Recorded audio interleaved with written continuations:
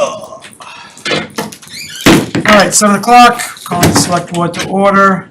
We're on RCTV, and if you have any friends who have Comcast, you are not watching us right now because they have to run a cable. RCTV moved. So Verizon is up, but if you have any friends who have Comcast, because they can't see this, please let them know that it should be up in a few weeks. And so we have public comment, town manager liaison reports, public hearing on tax, public hearing on CVS and Brandon Court.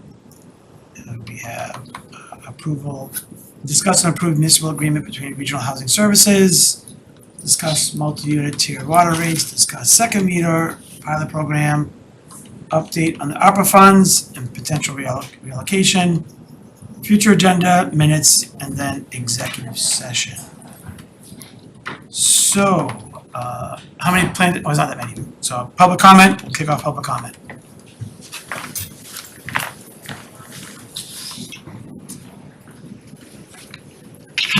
Thank you, Mr. Chair, members of the esteemed board of select persons. My name is Phil Pacino. I live at 5 Washington Street, Unit D6. I am here as the lead trustee of the Briarwood Condominium Association, which is a condominium association that oversees 5 Washington Street. I am here to talk about the water rates, the tiered water rates. I have some statistics that I want to tell you about. Basically, we have a fiscal year end that ends in September. So basically, our payments in the last 2 years have been as follows. October the 27th, we paid $7,187. December 22nd, $7,560. March 2003, $8,005.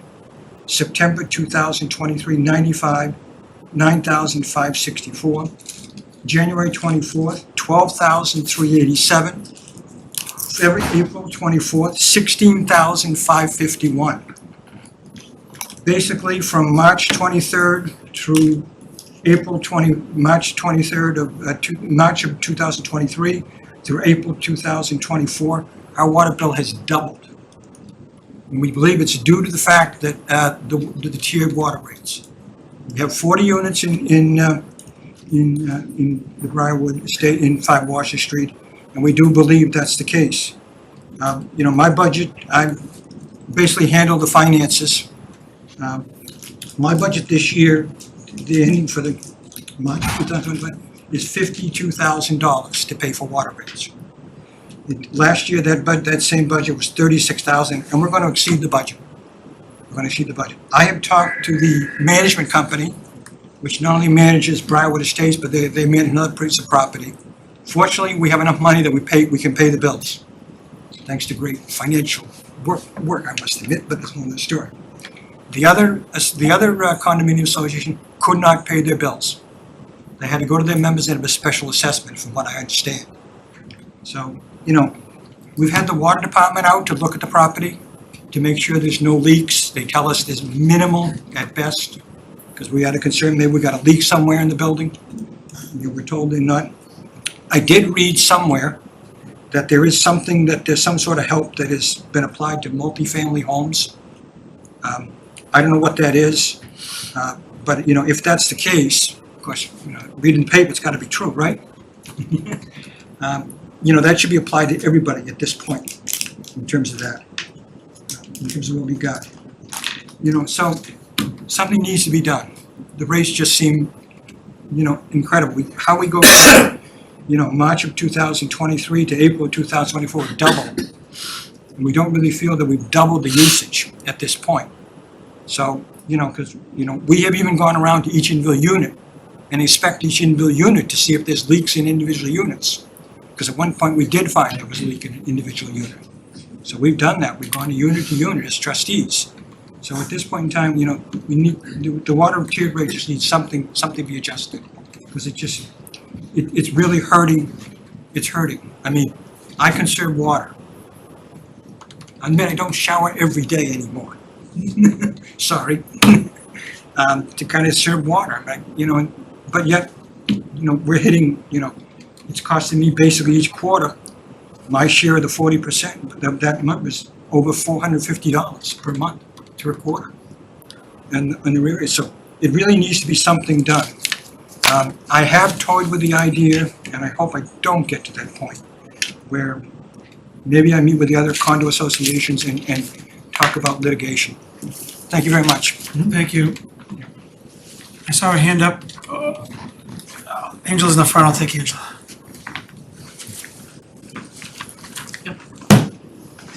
Oh, and I'm not timing anybody, but let's keep it tight, please. As I change my glasses. Keep it tight. Reading glasses. Thank you, Angela Binda, town meeting member. The tax burdens for all properties, residential and commercial, should rise by the same dollar amount for similarly valued properties this year. $700,000 home and a $700,000 commercial property will not see a similar rise in taxes due to the senior tax credit, borne only by residents and valuations unless a tax split occurs. I would like to see a 1.2 tax shift so the burden of rising taxes is not saddled solely on residents. One fallacy often repeated in this room when discussing taxes by residents and select board members is that businesses have left or will leave Reading if there's an increased tax split.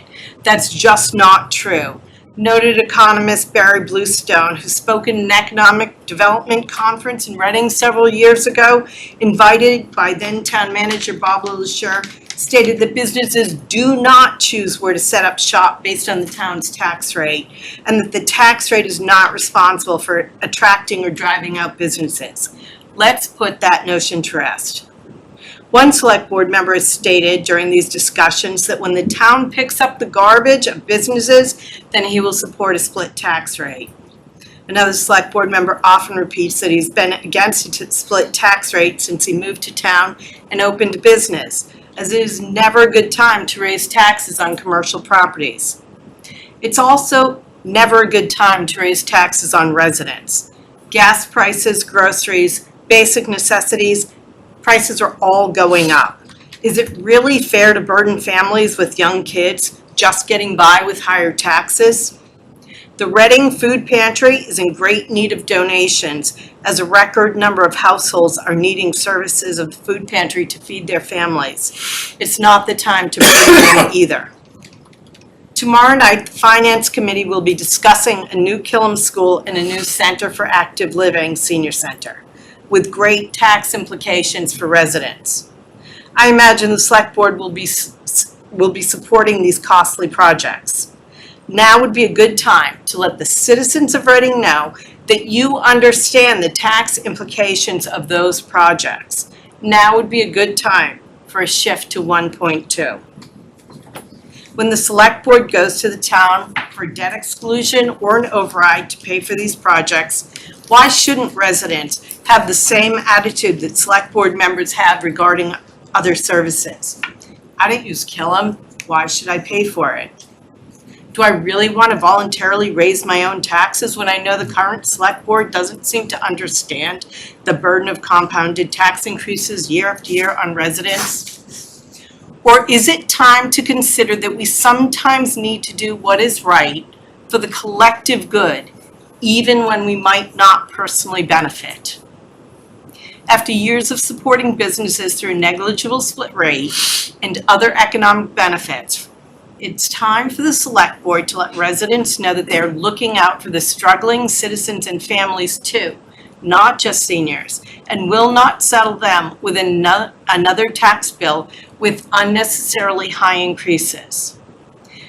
When you ask me to support Killam, which I want to do, and other projects that could be viewed as wants, not needs, I will remember how you supported or didn't support the residents of Reading tonight.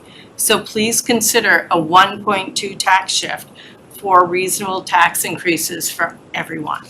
Thank you. Zeke?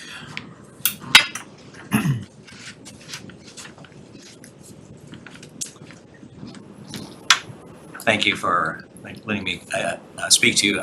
David Zeke, 8 Sanborn Street, and guess what I'm speaking on? Water rates for multifamily dwellings again. And I think it's good news. I think that the town staff has figured out how to adjust the water rates for multifamily dwellings and what to do, where to change the data. And I think that's a great development. And I urge the board to go ahead and approve that plan and to start it going to ease the burden on thousands of residents in multifamily dwellings. The second part of that is that I also know that you've been struggling over our restaurant at the Postmark. I don't think the restaurant is a critical path item. We can go forward without that. But I also think that there is a very simple approach that we could take to address the restaurant that doesn't involve futzing around with water meters or water lines. And it's something that I'd like to talk to the staff and also the Postmark board about. But I think it's not as complicated as it appears. And so, thank you for your time. Thank you. Anyone else? Yes. I'm Kathy Zeke. I also live at 8 Sanborn Street in the Postmark condominiums, and I'd like to speak on a very similar topic to what we have been hearing, also on the water rates that residents of multifamily buildings are currently paying. I've been at this podium a few times since June 2023, pointing out the inequity and the need for Select Board to implement a fix. I was pleased to learn earlier this month that our hardworking town staff found a billing solution in Munis, and I absolutely appreciate and applaud the expertise and the persistence that they brought to the problem, as well as the continuing conversations that we've been having with Jane and some of the other staff. The key issue, the central goal, is ensuring that residents of multifamily buildings pay equitable rates for their water usage to other residents in town.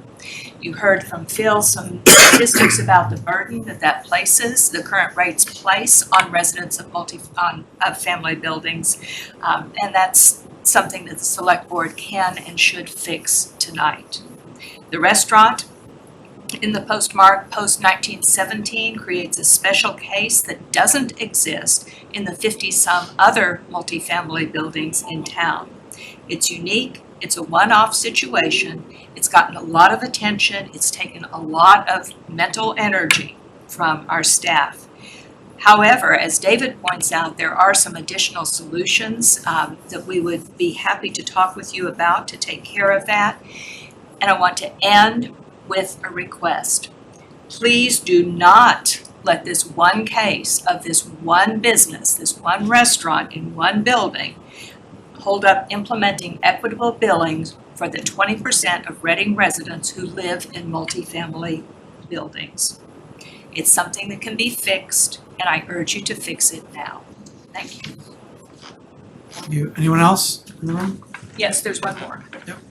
Or at least. Thank you. John Sullivan, again, 8 Sanborn Street on the same subject. Thank you for indulging me again.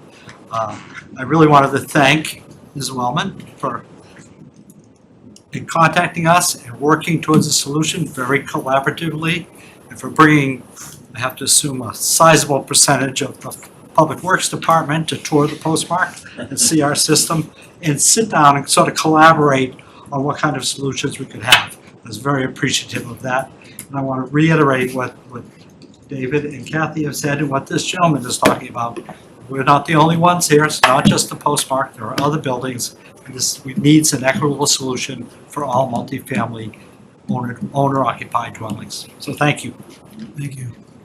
Anyone else in the room?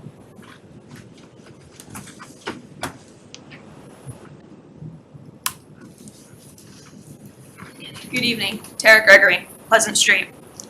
I believe that transparency is one of the most important attributes for elected officials. Earlier this year, Mr. Bachi and Mr. Haley were both informed by the state's Ethics Commission that they had to recuse from the MBTA communities discussion, and Mr. Haley also needed to recuse from the Brandy Court parking discussion and the Haven Street landscape project discussion, because they are both commercial property owners in town. During the tax rate discussion in the last select board meeting on October 15th, it was stated that Reading comprises of 6.3% commercial properties compared to 93.7% residential properties. This means that Mr. Bocci and Mr. Haley overrepresent commercial property owners in town on the select board and are able to set tax rates for their commercial properties, which appears to be a conflict of interest. I ask that when you have the discussion tonight on tax rates, that I would appreciate if Mr. Bocci and Mr. Haley would clarify the guidance from the State Ethics Commission for them as commercial property owners in town, so that residents can have confidence that their elected officials are transparent, trustworthy, and acting in residents' best interests, not their own. My understanding is that a financial conflict of interest occurs when on a topic unless 10% of residents share that same financial interest. Did the State Ethics Commission clear you both to participate in this issue where you both have a direct financial impact on the properties you own? Thank you. There's no one else in the room. Anyone on Zoom, Caitlin? Yes, there is. Hold on one moment.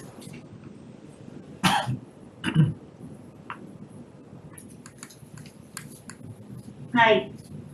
I got a message to unmute. I am not Mark Doxer, but apparently it zoomed me in through our family account under Mark's name. I apologize. This is Linda Snow Doxer, Beaver Road.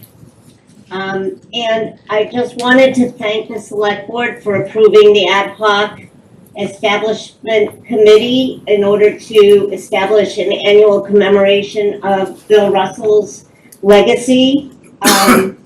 And I wanted, can you hear me okay? Yes. Thank you, sorry. And I wanted, oh, I didn't turn on the video. I'm sorry. Here I am. Not me.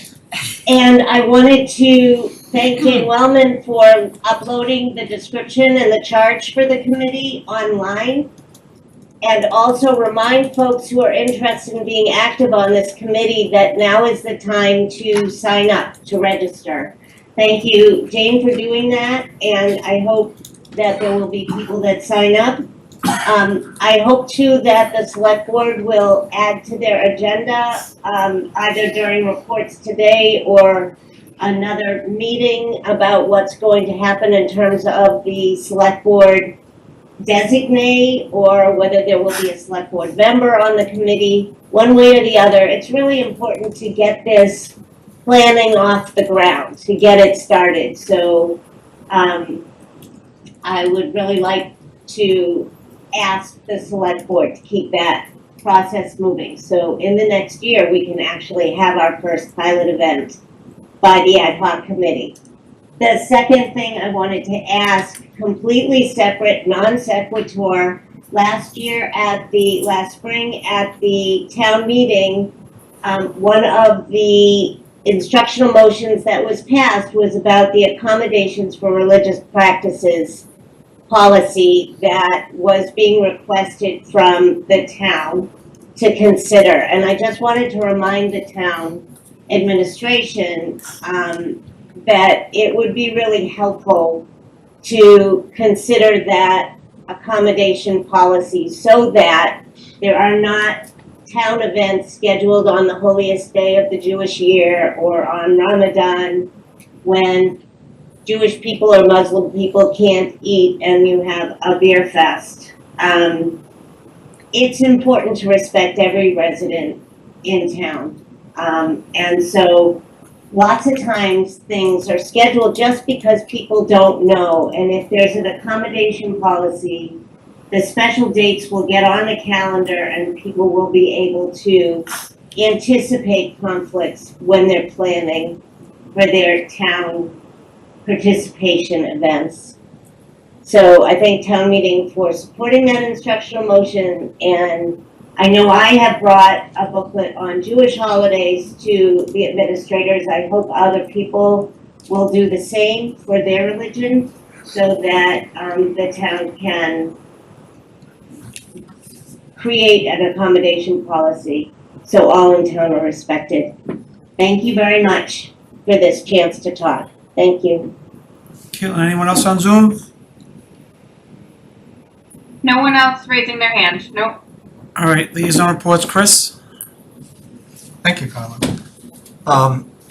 The Killam School Building Committee met last week and went over the various options coming for how the building is going to end up being powered between geothermal, solar, gas, oil, you name it. They've been hashing out all this stuff. And at the next meeting, we're going to be presented with the actual cost associated with picking these separate options. So that's one of the more important meetings because the number that's been talked about with Killam is on the higher end, assuming the higher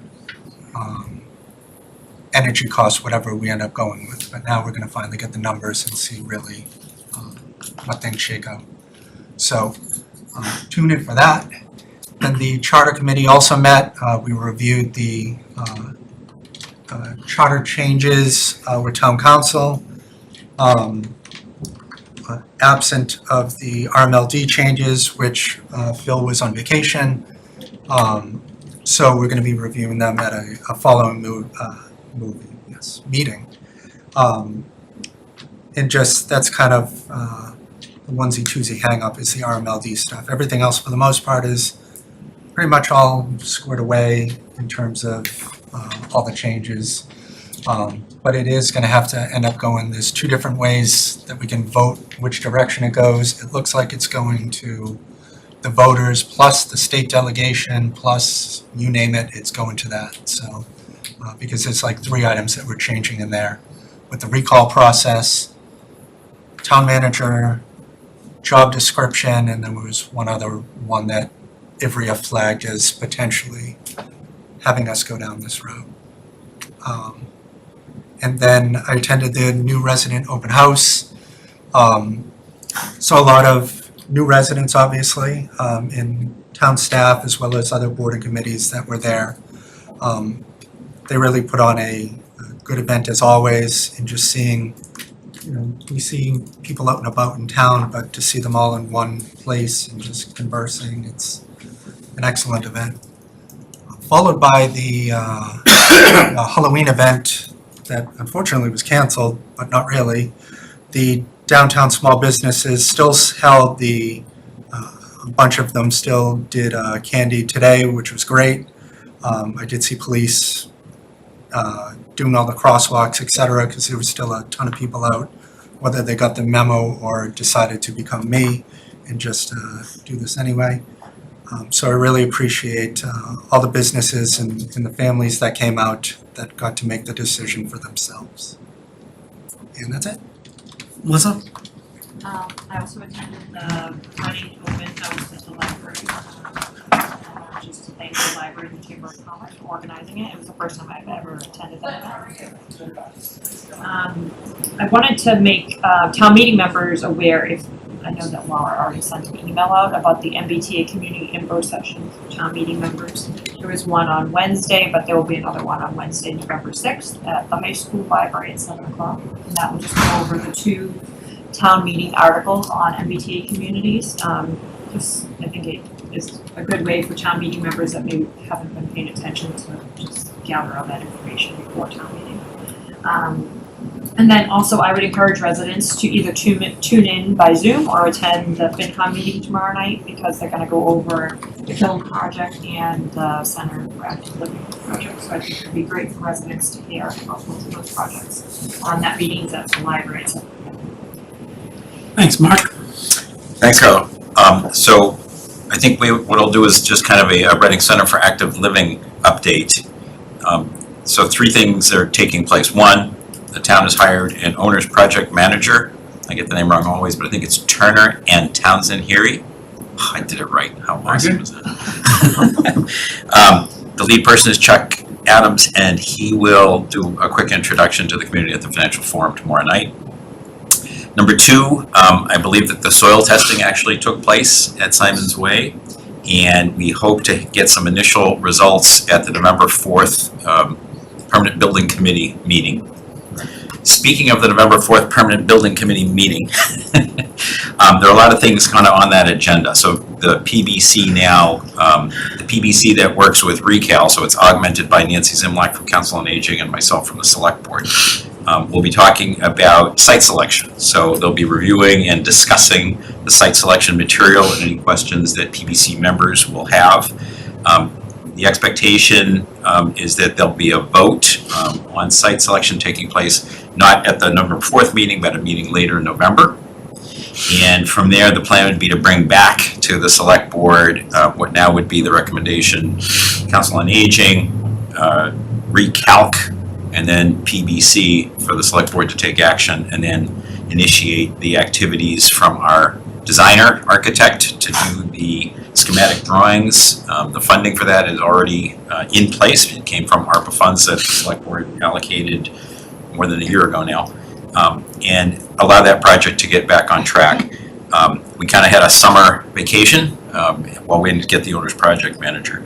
And now that that's in place, the goal would be to be able to come back to the community the early part of next year, so sometime in Q1 of 25 with the drawings and all those activities in time to get a lot of information to the community, work with the community, and get to town meeting first. So that is a lot of action-packed stuff to happen in November from the PBC. And that's it. Did you say recalc? There's no more recalc. So I said recalc from before. The recommendation came to this Oh. board from recalc Okay, about Simon's Way as the preferred site. yeah, yeah. And agreed. There was no more recalc. Okay. That has sunset. Just wanted to clarify. Karen? You got a new acronym coming, we could use it. Recal. Maybe we need a logo or something. I Yeah, think we need to think sure. about that. Okay, great. So I had the opportunity to attend the Climate Beacon Conference, which was hosted by the Boston Society of Architects, and a generous sponsor made it available to all MMA members to attend. And I came out of there really pumped because these were all the folks in Massachusetts who are working hard to mitigate the damage we've done to our climate and we continue to do to our climate. Buildings are the second largest emitter of carbon after cars and trucks. So everybody there is committed to moving the needle in the right direction going forward. With the priority for new buildings being the health of occupants. And you know, today, all of our buildings got a good workout. First good workout since the pandemic on how that filtering's working, because the air quality, as you know, unfortunately was dismal today, so hopefully everything was fine. Let's see, I also attended the school building committee, and you know, I agree the committee is making slow but steady progress towards a building infrastructure, which is a green powered infrastructure direction. So it will take full advantage of all MSA, MSBA, and all federal incentives for solar and geothermal. That was a specific question I asked of the designers. If you have 50% geothermal in a project, you are fully eligible for all of that Inflation Reduction Act money. So you're gonna need that for your building too. It's a beautiful thing. And in the pictures that are available on the Killam website, you can see in the upper left, northeast corner, they have identified a location for the wells. And, you know, there's ongoing discussion about minimizing disruptions to neighborhoods and how do we put it into the schedule so that it doesn't interrupt the flow. But other than that, it's making excellent progress. And I don't recall, Chris, you could correct me if I'm wrong, I don't recall hearing any negative feedback from the MSBA from the building that was submitted. That's the other thing that we're kind of in the process of finalizing. And the other comment I was gonna make is that this is gonna be a significant capital project for our community. But I want to be clear that this is a very large school that we need to, versus the old Killam. And the reasons for that are, the old Killam didn't meet today's current educational requirements, and with an additional request from the school department to create a central pre-K facility, which added 8 additional classrooms and related administrative and support spaces. So those are the cost drivers for this project. You know, as a community, we decide that schools are important, and we'll all come together to get this done. But I just want to be clear on what's driving the cost of this project. Had the opportunity to meet with Matt before the last RMLD meeting, and I appreciate Matt updating me. He did meet with the general manager and of RMLD and also the superintendent, and we're keeping up our support for a green and sustainably built Killam.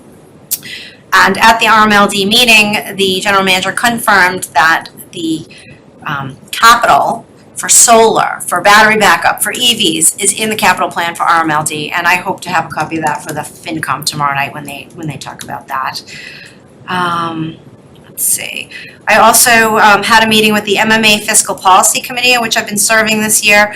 Every year, the MMA, which represents 351 communities in the Bay State, provides a resolution in January to the governor and the State House. What are the key funding priorities? Usually they're funding. What do we need? So all the regulars, more for roads, more for schools. The senior circuit breaker is a strong candidate in the resolution this year, and I did ask them, I recommended that you be a speaker at the January convention, if, I don't know if you're already scheduled, but, Thanks. I took the credit, and, Jonathan Chimes is the chair of the committee, he's from Wakefield, so we gave, we're like giving you lots of kudos. But thank you, you've been a strong advocate, I saw you last January at the MMA convention, so I appreciate that work that you've been doing. It has been a good thing, and more communities are interested. And then the other new item, there is some legislation pending proposing funding a new authority for building municipal buildings. Not just Reading, other communities are dealing with aging senior centers, aging town halls with not ADA compliant bathrooms on every floor, DPW buildings. So lots of communities are in the same boat. So it is highly likely that the MMA will put forth a resolution encouraging the adoption of this legislation to fund an authority to help us keep our capital buildings in good shape and ready for the future. So that was exciting. And it was too bad about the trick or treating today. My business generally participates.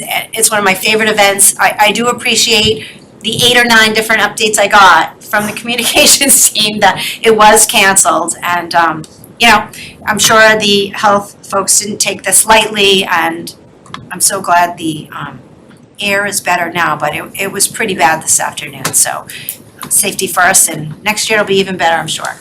Thank you. We had a CPA committee meeting last week, and we just mainly talked about how we're gonna present this still, hopefully in '26. And we don't have our meeting schedule, we kind of dial it back a bit, but we might meet one more time this year to discuss how we're gonna go forward and how we're gonna organize and, present this to the community, have a forum, and really advocate for this and how good it is for the community.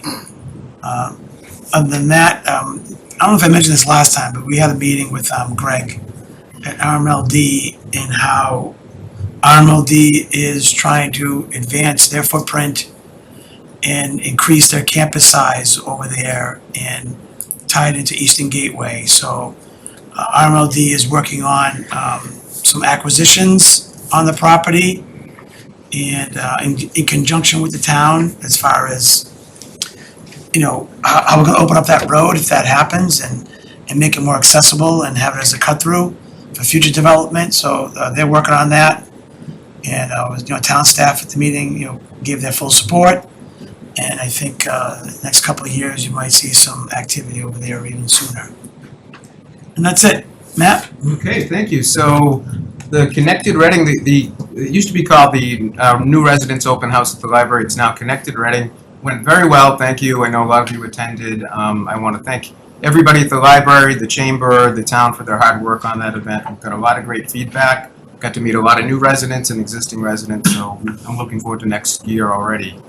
The financial forum, as we mentioned, is tomorrow night, 7 p.m. at the library. We'll have an update on all the major projects going on in town, so that's something to certainly keep an eye on.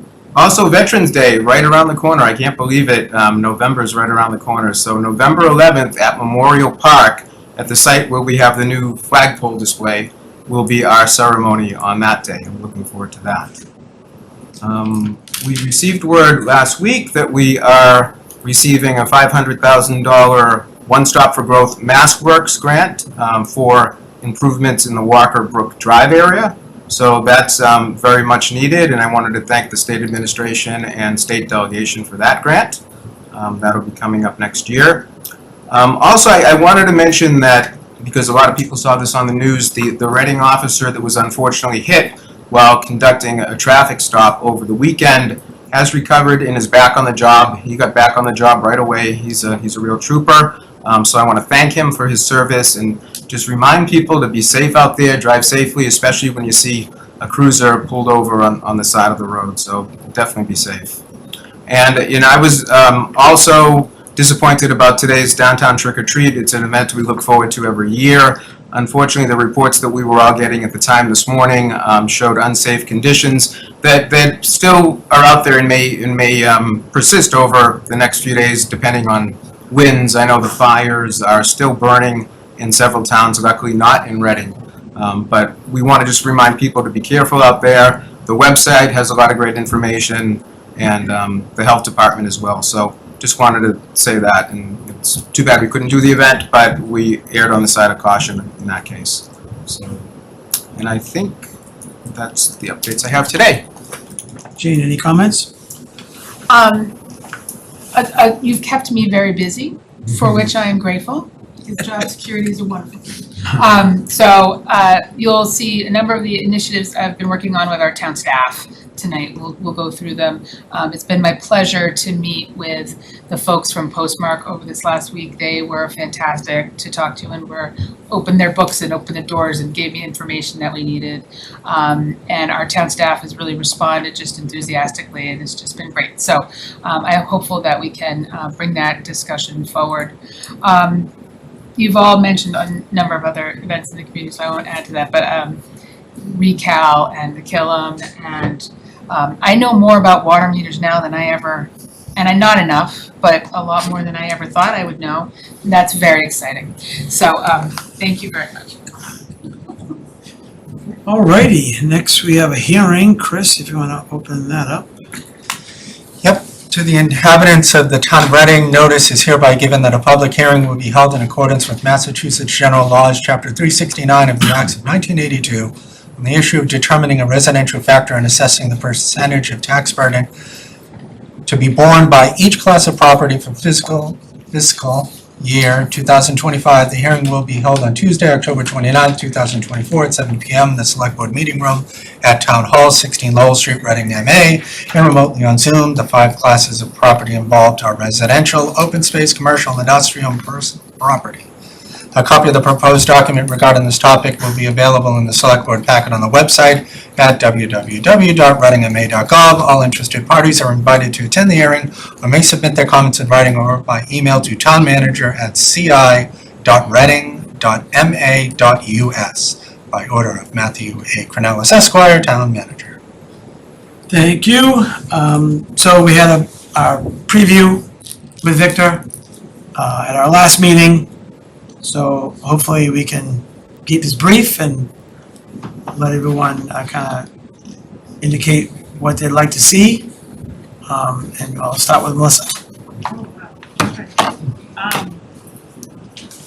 So as I said in the, at our last meeting, I'm hesitant to jump the commercial, split, as a big jump, mainly because our commercial base is so low. That's outlined in one of these slides that Victor gave us. I do appreciate and completely understand the feedback from residents that, the jump between the commercial, I'm trying to find the slide where it has the different rates of what will go up next year for each commercial and residential. So I did look through these slides at home, on the exact slide I'm looking for, of what the split would be if we kept it the same or if we did increase the split slightly. Like I said, I'm very hesitant to I would not look to jump to 1.2, just because our small businesses in town are already hurting. They pay for things that are not included in our residential tax rate. But, like I said a few minutes ago, I do appreciate and understand as a resident myself that, residents are also paying for a lot. So I would support a shift to the 1.11, like I said, which then brings the increase on average residential homes and commercial closer of what that increase would be for this year. I cannot find that slide, I apologize, that I was looking for. It's page 21 in the packet. Page 21 of the packet. Well, But I would support 1.11 after looking through this at home. And then that brings the increase much closer for both residential and business. Do you know what that increase is, Chris? Because I don't. yeah, to 1.11, it goes to an increase on commercial of 120 and an increase on residential of 95. Okay, yes. As opposed to an increase on commercial of $28 and an increase on residential of 104. Yes. If we kept it the same, not the 1.2. Yes. Yeah. Yeah. So that was my opinion after looking through everything, is that I would go to 1.11. And that's not an easy decision because I don't want to hurt our businesses. I know that they are struggling, but residents are also struggling, so I hope that could be a good compromise for everyone. Mark? Thanks, Carlo. So I think that we have been very accommodating to the businesses in town, especially over the last 2 to 3 years, in having almost no increase. And in fact, although the split kind of changed, we had rates going down slightly or just slight changes. And I think that it was the right thing to do at the time. I also think it's time to start moving the split to a higher level. A number of the speakers this morning talked about that also. The burden on the residents is hefty. We have a lot to do in this town. We do have 2 big capital projects in front of us for the residents to consider. And I think that they need to understand that it's the whole community, the businesses and the residents that are there. I think it's important that we take a look harder this year at residential tax rates than we have in the last few. Partially because we haven't moved past COVID, but we've been very sensitive to it over the last several years. And now the impact, I think, has really been more on consumers than it has been on businesses. I too am sensitive to the needs of businesses. I take Ms. Binda's point, from earlier about the tax rate really not being much of a determinant, or if at all, in terms of where businesses go or don't go. And I think that the vision that we need to have is to get over several years to a much higher split. I don't think we need to necessarily get to 1.5, but we need to move forward. Because we've been so reserved over the last several years, I think that the 1.2 is a number to target. I appreciate the notion of kind of changing from 1.1. I think 1.1 or less really is kind of not addressing the issue for residents at all. And I think we can't do that. I think we need to move. I think moving toward 1.2 makes sense. 1.11 for me, I think, is not really moving. I think it's got to move closer to that 1.2 level, and that's what I am willing to support. Thank you, Karen. Thanks. Appreciate the comments of the 2 previous speakers. My overriding thought at this point is that I would hate for our Killam School project to fail at the ballot box because we have overburdened residents with unfair taxes. And I have always been an advocate of equitable tax policy decisions. As a personal philosophy, I am not going to be voting for policies that put more burdens on the residents, whether it is water rate policies or additional meter policies or residential tax policies. I don't believe in tax policies that favor special groups. And I think our job up here as a board in a community with more than 90% residential inhabitants is to come up with policies that benefit the majority without without disregarding all of the things that our residents would like to have, including, a thriving downtown. And so we've had a couple of great new businesses open up this year, and I'm happy to see that. I also didn't see a large exodus of businesses over the past couple of years. Being a small business owner is very difficult. I do know that, and I could bring your attention to the 25% reduction in the volume of home sales in Reading. As far as the housing market goes, what CNN has told us is that the data on the housing market in 2024 has been really frozen. We said the same thing in 2023, and maybe there was an expectation it couldn't get any worse, but 2024 did get worse. And I don't see any change. I don't have a crystal ball, but every small business, you do this because you love what you do. You don't do it because it's easy. So, I totally understand that. On the other hand, I don't expect free ride. So one of the things I did want to point out are that our economy is healthy. And I spent the time looking at key performance indicators because, as Mark referenced, when we were in a pandemic, when the stock markets lost a lot of value and things were shut down, we did make accommodations to support our businesses.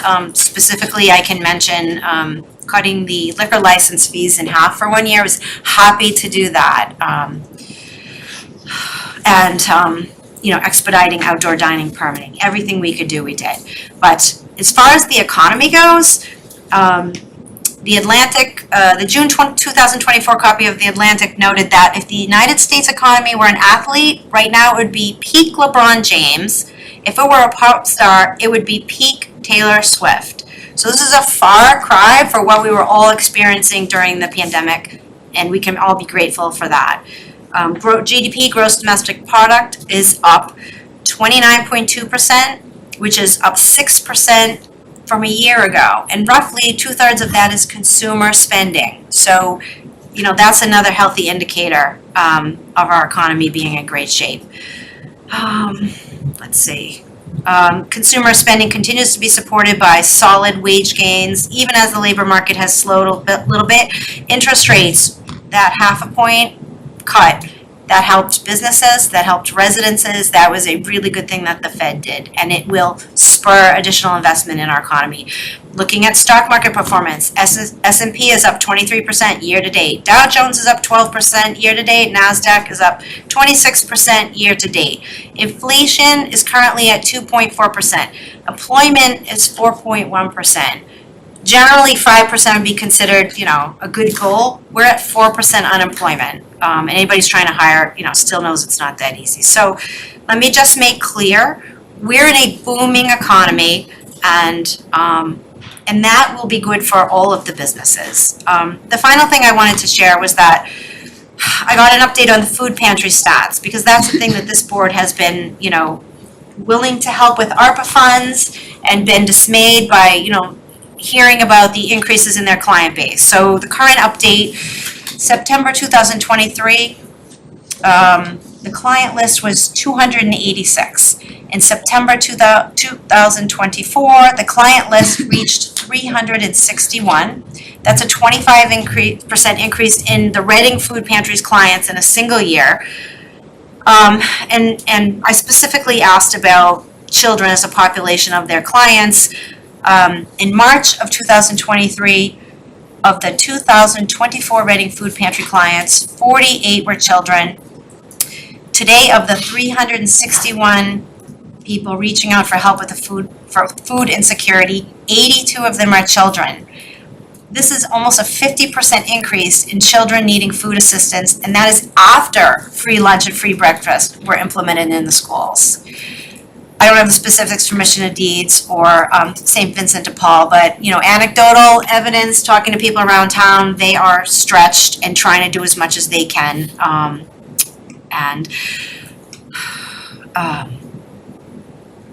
So yes, getting back to, we're at a critical juncture for this community. We have residents who have been bearing over-the-top increases in their property taxes, inflation that we've all dealt with, which thankfully is hopefully permanently in the rearview mirror. And I would like to support something much, much more aggressive than 1.11. And 1.2 sounds fine to me. I would go along with that. Chris? Thanks, Carlo.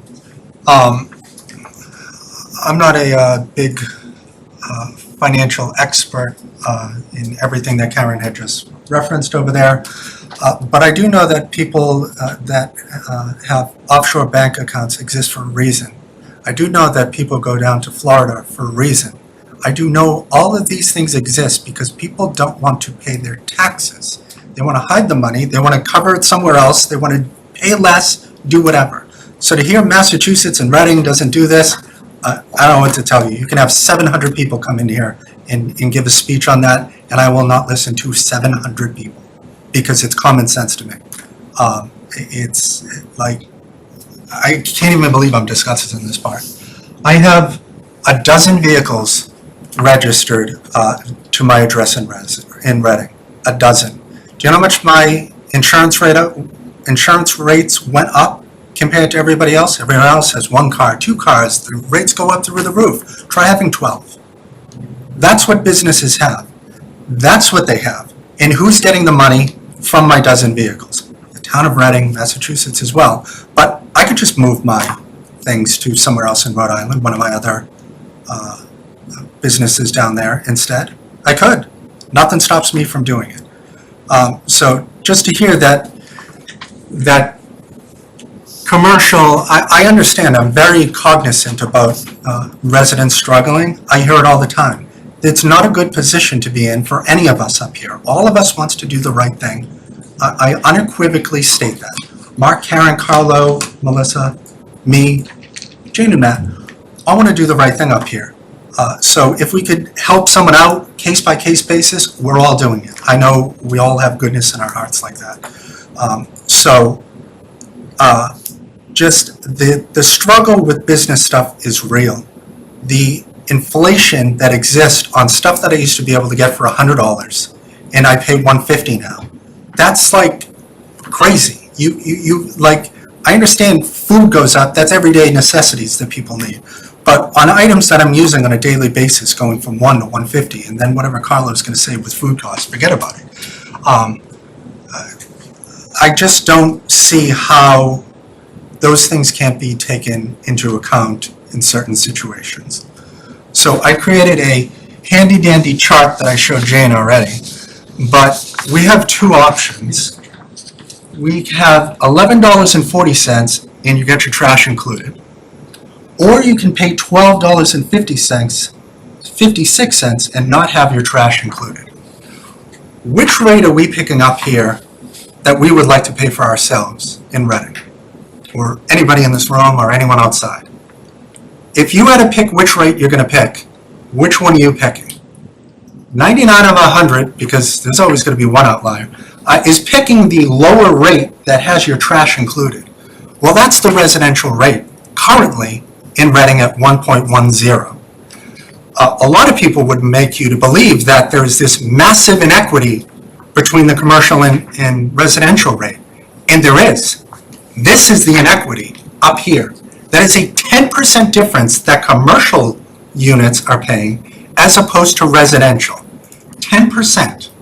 And if we were to actually eliminate the split tax in Reading, which I'm not advocating for, spoiler, if we were to actually eliminate that, this number would go to $11.48 and the commercial one would go down to $11.40. A difference of 8 cents if we got rid of the commercial thing.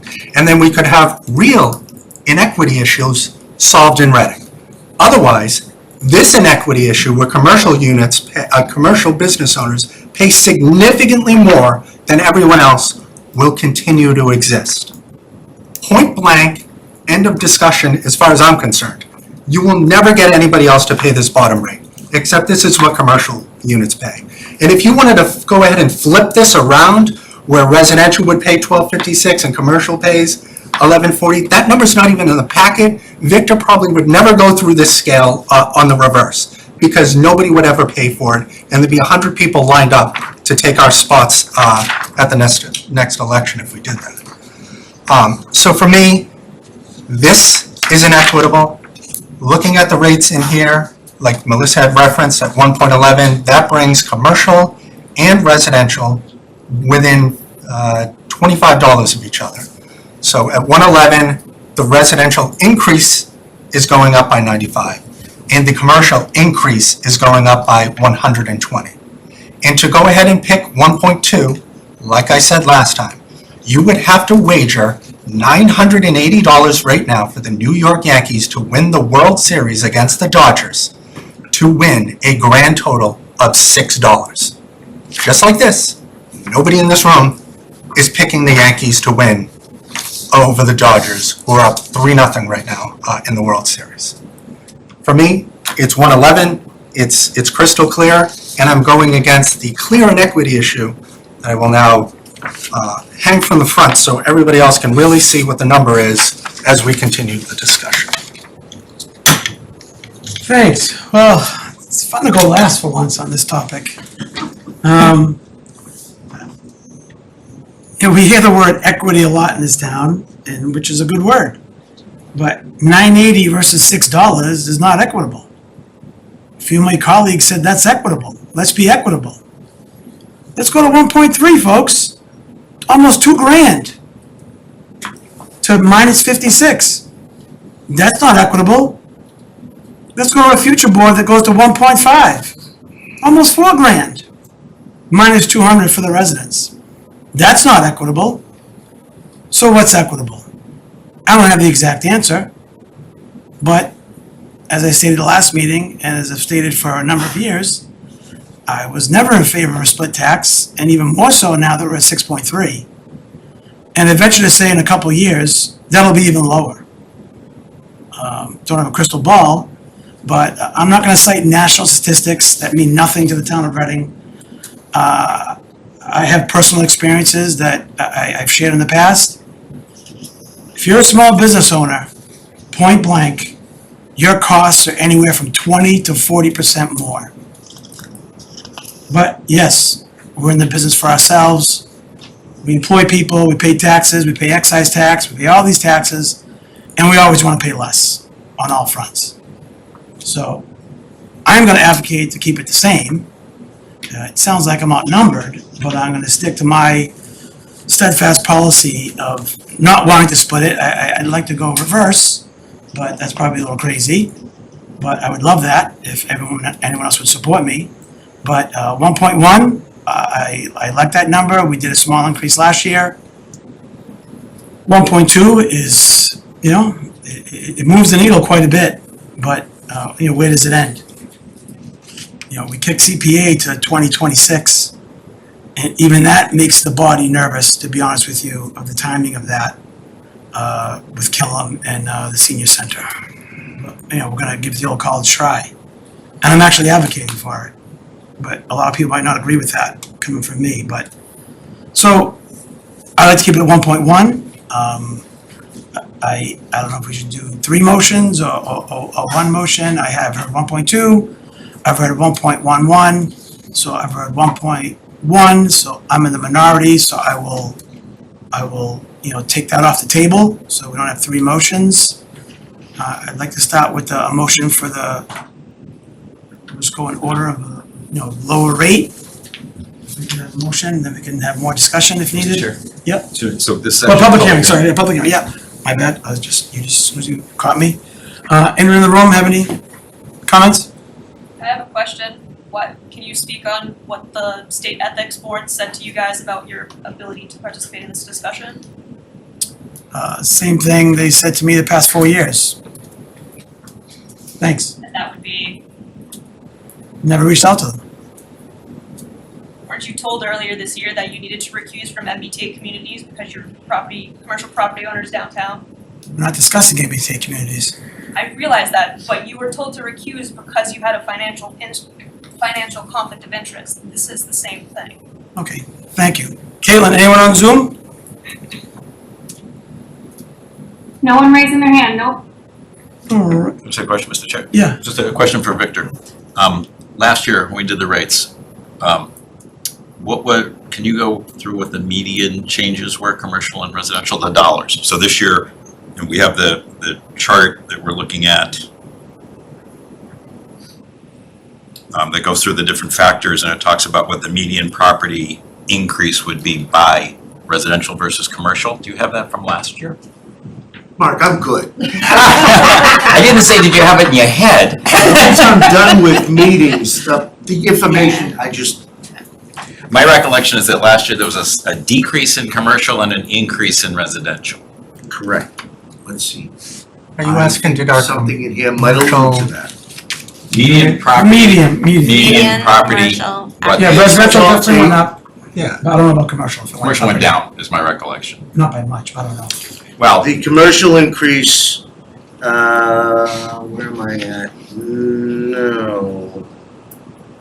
No, commercial went up. Last page of my slide, looking at average commercial, this year it only looks like a 0.64% increase for 25. You're thinking 2 years prior, Mark, okay. where it went down 3.15 for 23. Well, the residential went up by, It's another slide that's in the packet. I come prepared, my man, I just might not know where it is, but it's in there. This could be the residential. It's page 23 in the packet. Page numbers. yeah, I don't Oh, have I page got numbers the on mine packet. either. No, it's not right. When you say that, it's not right. It's You said page that 23 in the before, it's not PDF. right. Do you have But I think 95 this is- pages in the PDF? I have page 23, yeah, it's, Page 23 at the bottom, it shows. Okay, so that's the one where it That's shows commercial average. went down by 3.15? In that year, Average, 2023, Yeah, that's the The total, average. right, that's the grand total, not the median though. So, Yeah. Yeah, so I was wondering if you had it, in 2023, the average residential increase was 3.73% compared to whatever I said earlier for the commercial that went down 3.15%. So you had an over 6% swing. that was 2020. Three. 23, yeah. Thanks. so, yeah, I wanna, the discussion of equity comes up and sticking little things over the screen over here. The residential property owners have picked up the bulk of what's going on. We're the bulk of the community, it's true, and that's where the big changes are. But a change of $100 is actually gonna become more interesting to people as we talk about the big projects. And I know we've talked the issues through. I just wanted to just make it clear that we've been, over history, especially the last few years, very, very careful about what we're doing, and that's the reason why I think we need to change more this year. Thank you. Who said, Caitlin Owen on Zoom? Sorry. No one on Zoom wanted to talk, nope. All right, let me close the public hearing. Move that the select board close the hearing establishing the FY25 tax rate. Second. Oh, for the hearing, okay. The hearing. Yeah, any discussion? Seeing none, all those in favor of closing the hearing? 5-0, thank you. All right, do you have any motions ready to go? I just had one other comment if I could. Just like in an upcoming agenda item, I get out of this seat when I get to get out of this seat. It's been crystal clear over my 4 years here that I leave when I'm supposed to. And in terms of ethics violations, people are 0 for 2 against me. So, little background on that. All right, can we do a motion for the 1.11 factor? And Victor, you have all the fancy numbers ready for us? Do we need those yet? Got them right here. The 6, okay, all right. Let's vote, let's do a motion for the 1.11 first. Well, first, I guess we could do that. We have the open space, right, all yeah. that stuff. Do we need to discuss that? I don't think so. Okay, open land, no, all right. We have to vote on it, but. Yeah, we have to vote on, but no discussion. I mean, I want it to be discussed if needed, but I don't think all right, let's go, whatever order you have. Move that the select board grant an open space discount. Well, not grant. So move that the select board not grant an open space discount for fiscal year 2025. Second. Any discussion? Seeing none, all those in favor? 5-0, thank you. Move that the select board not adopt a residential exemption for fiscal year 2025. Second. 25. Discussion? 25%. Yes. Let's go 25. Yep, that's what he said. Mark seconded, right? Yeah, any discussion? Seeing none, all those in favor? 5-0, okay. Move that the select board adopt a residential factor of, what did you want first? 1.1. The factor Oh, as we- indicated is 0.992605. So moved. Move that the select board adopt a residential factor of 0.992605 for fiscal year 2025. Second. Second. I heard Mark first. Any discussion? All those in favor? Oh, wait. Scratch that. All those in favor? 3, Caitlin, all those opposed? 2, all right. That is settled. Are we done with the Nope, we motion? got one more. One more. Move that the select board move that the select board not grant a small commercial exemption for fiscal year 2025. Second, Melissa, any discussion? Discussion? Yes. Okay, sorry, good. Thank you, Carlo. I believe that if our state delegates can work on squaring away this commercial exemption for real small commercial businesses, not just in Reading. I'll take all of Massachusetts at that point, but just changing it to be correct, then we're going to be able to actually move these numbers the way that Mark and Karen, you guys are advocating for. Because then we would be able to give actual small businesses in Reading a reduction and then charge the larger commercial businesses more. And then these numbers can work. So I think that we should all be rowing in the same direction on this. Whatever outreach that you have with Haggerty, Jason Lewis, and Brad Jones, whatever we can do on this is how we're going to be able to move the needle. I understand all the other factors that Mark had mentioned and all the projects we have going on. I understand that. But we are going to be behind this 8 ball forever if this is not changed. We all want to give small businesses a break, at least I do. And like I mentioned, I would exempt myself from taking any, actually, I have more than 10 people now, so I'm no longer small.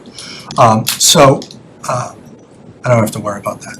So I think that if we can, whatever work we can do on actually getting this pushed forward, I think that we should do.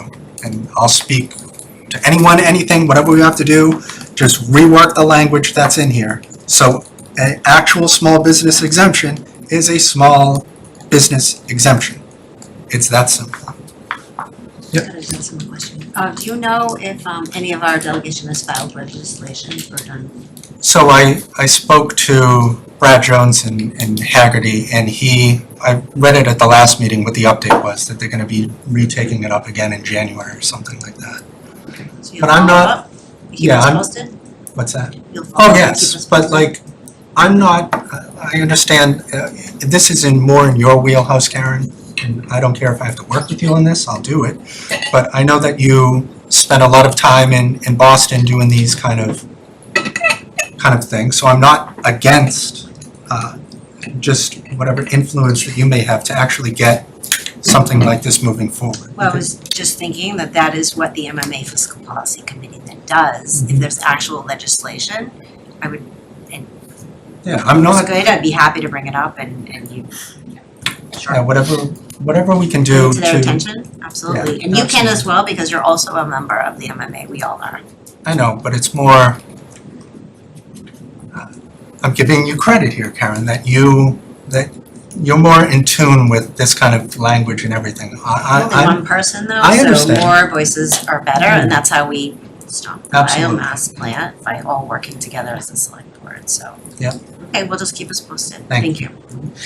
All those in favor? Excuse me, just for a second clarification.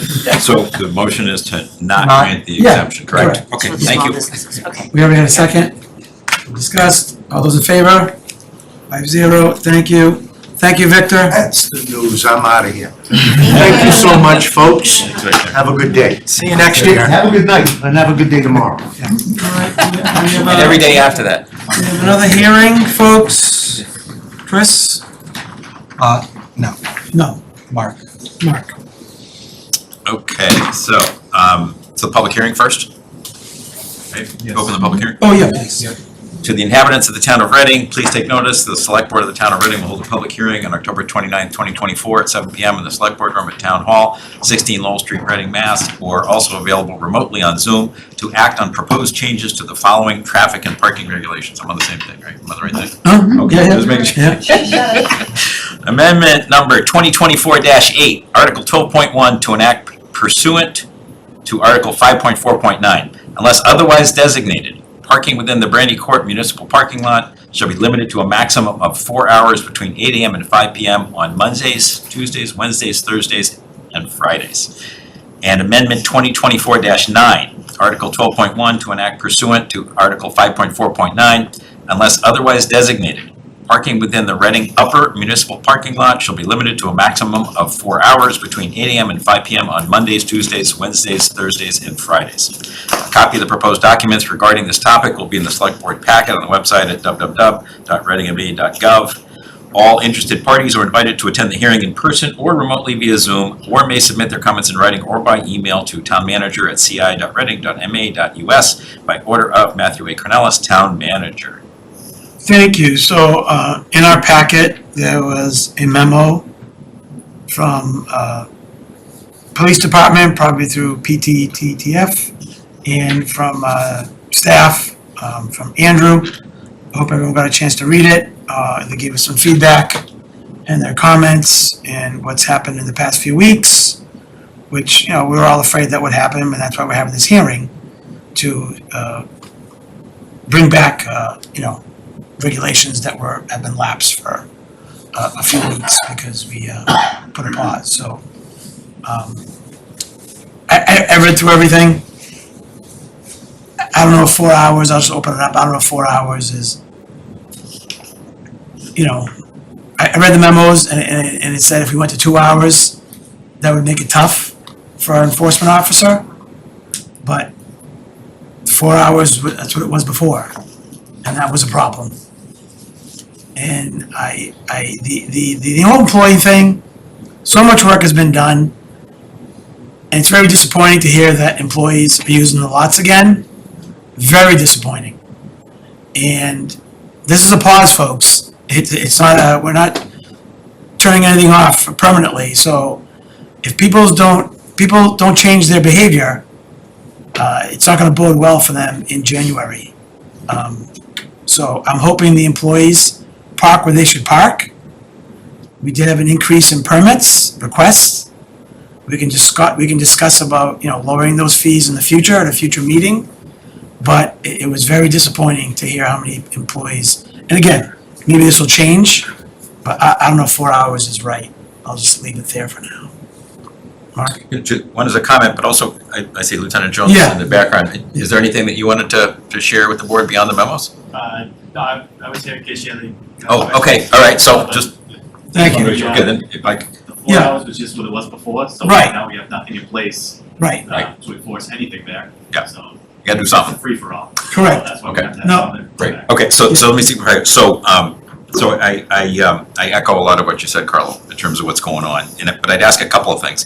One is, we heard from a very active number of local businesses about their concerns with the kiosks and the impact on their business. And now we've kind of gone back to that same problem by eliminating this. So in addition to kind of asking employees, I would ask these employers to talk to their employees and say, this has to stop. And you will not perhaps prefer what comes down, or I as the owner will not prefer what comes down. This needs to stop now. You need to stop parking in that lot and see if that will have some impact. In terms of what we have to do, I agree, 2 hours is right, or much more right than 4. But to create this huge burden that we can't really take much care of is not a fix. I almost wondered, and again, leaving it to PTTF, but the notion of, in the old days, used to mark tires, and, you're not supposed to come back, but I don't know what there is. Barring that, we gotta do something tonight. I think these Yeah. make sense at 4 hours. They don't make sense at 4 hours, but they make more sense at 4 hours than nothing at all. And I think that's kind of where we are. Thanks. Anyone else? No, parking anarchy is not the answer, and I appreciate you reminding everyone that this is a temporary solution, and I think that's what we got in front of us right now. Yeah, again,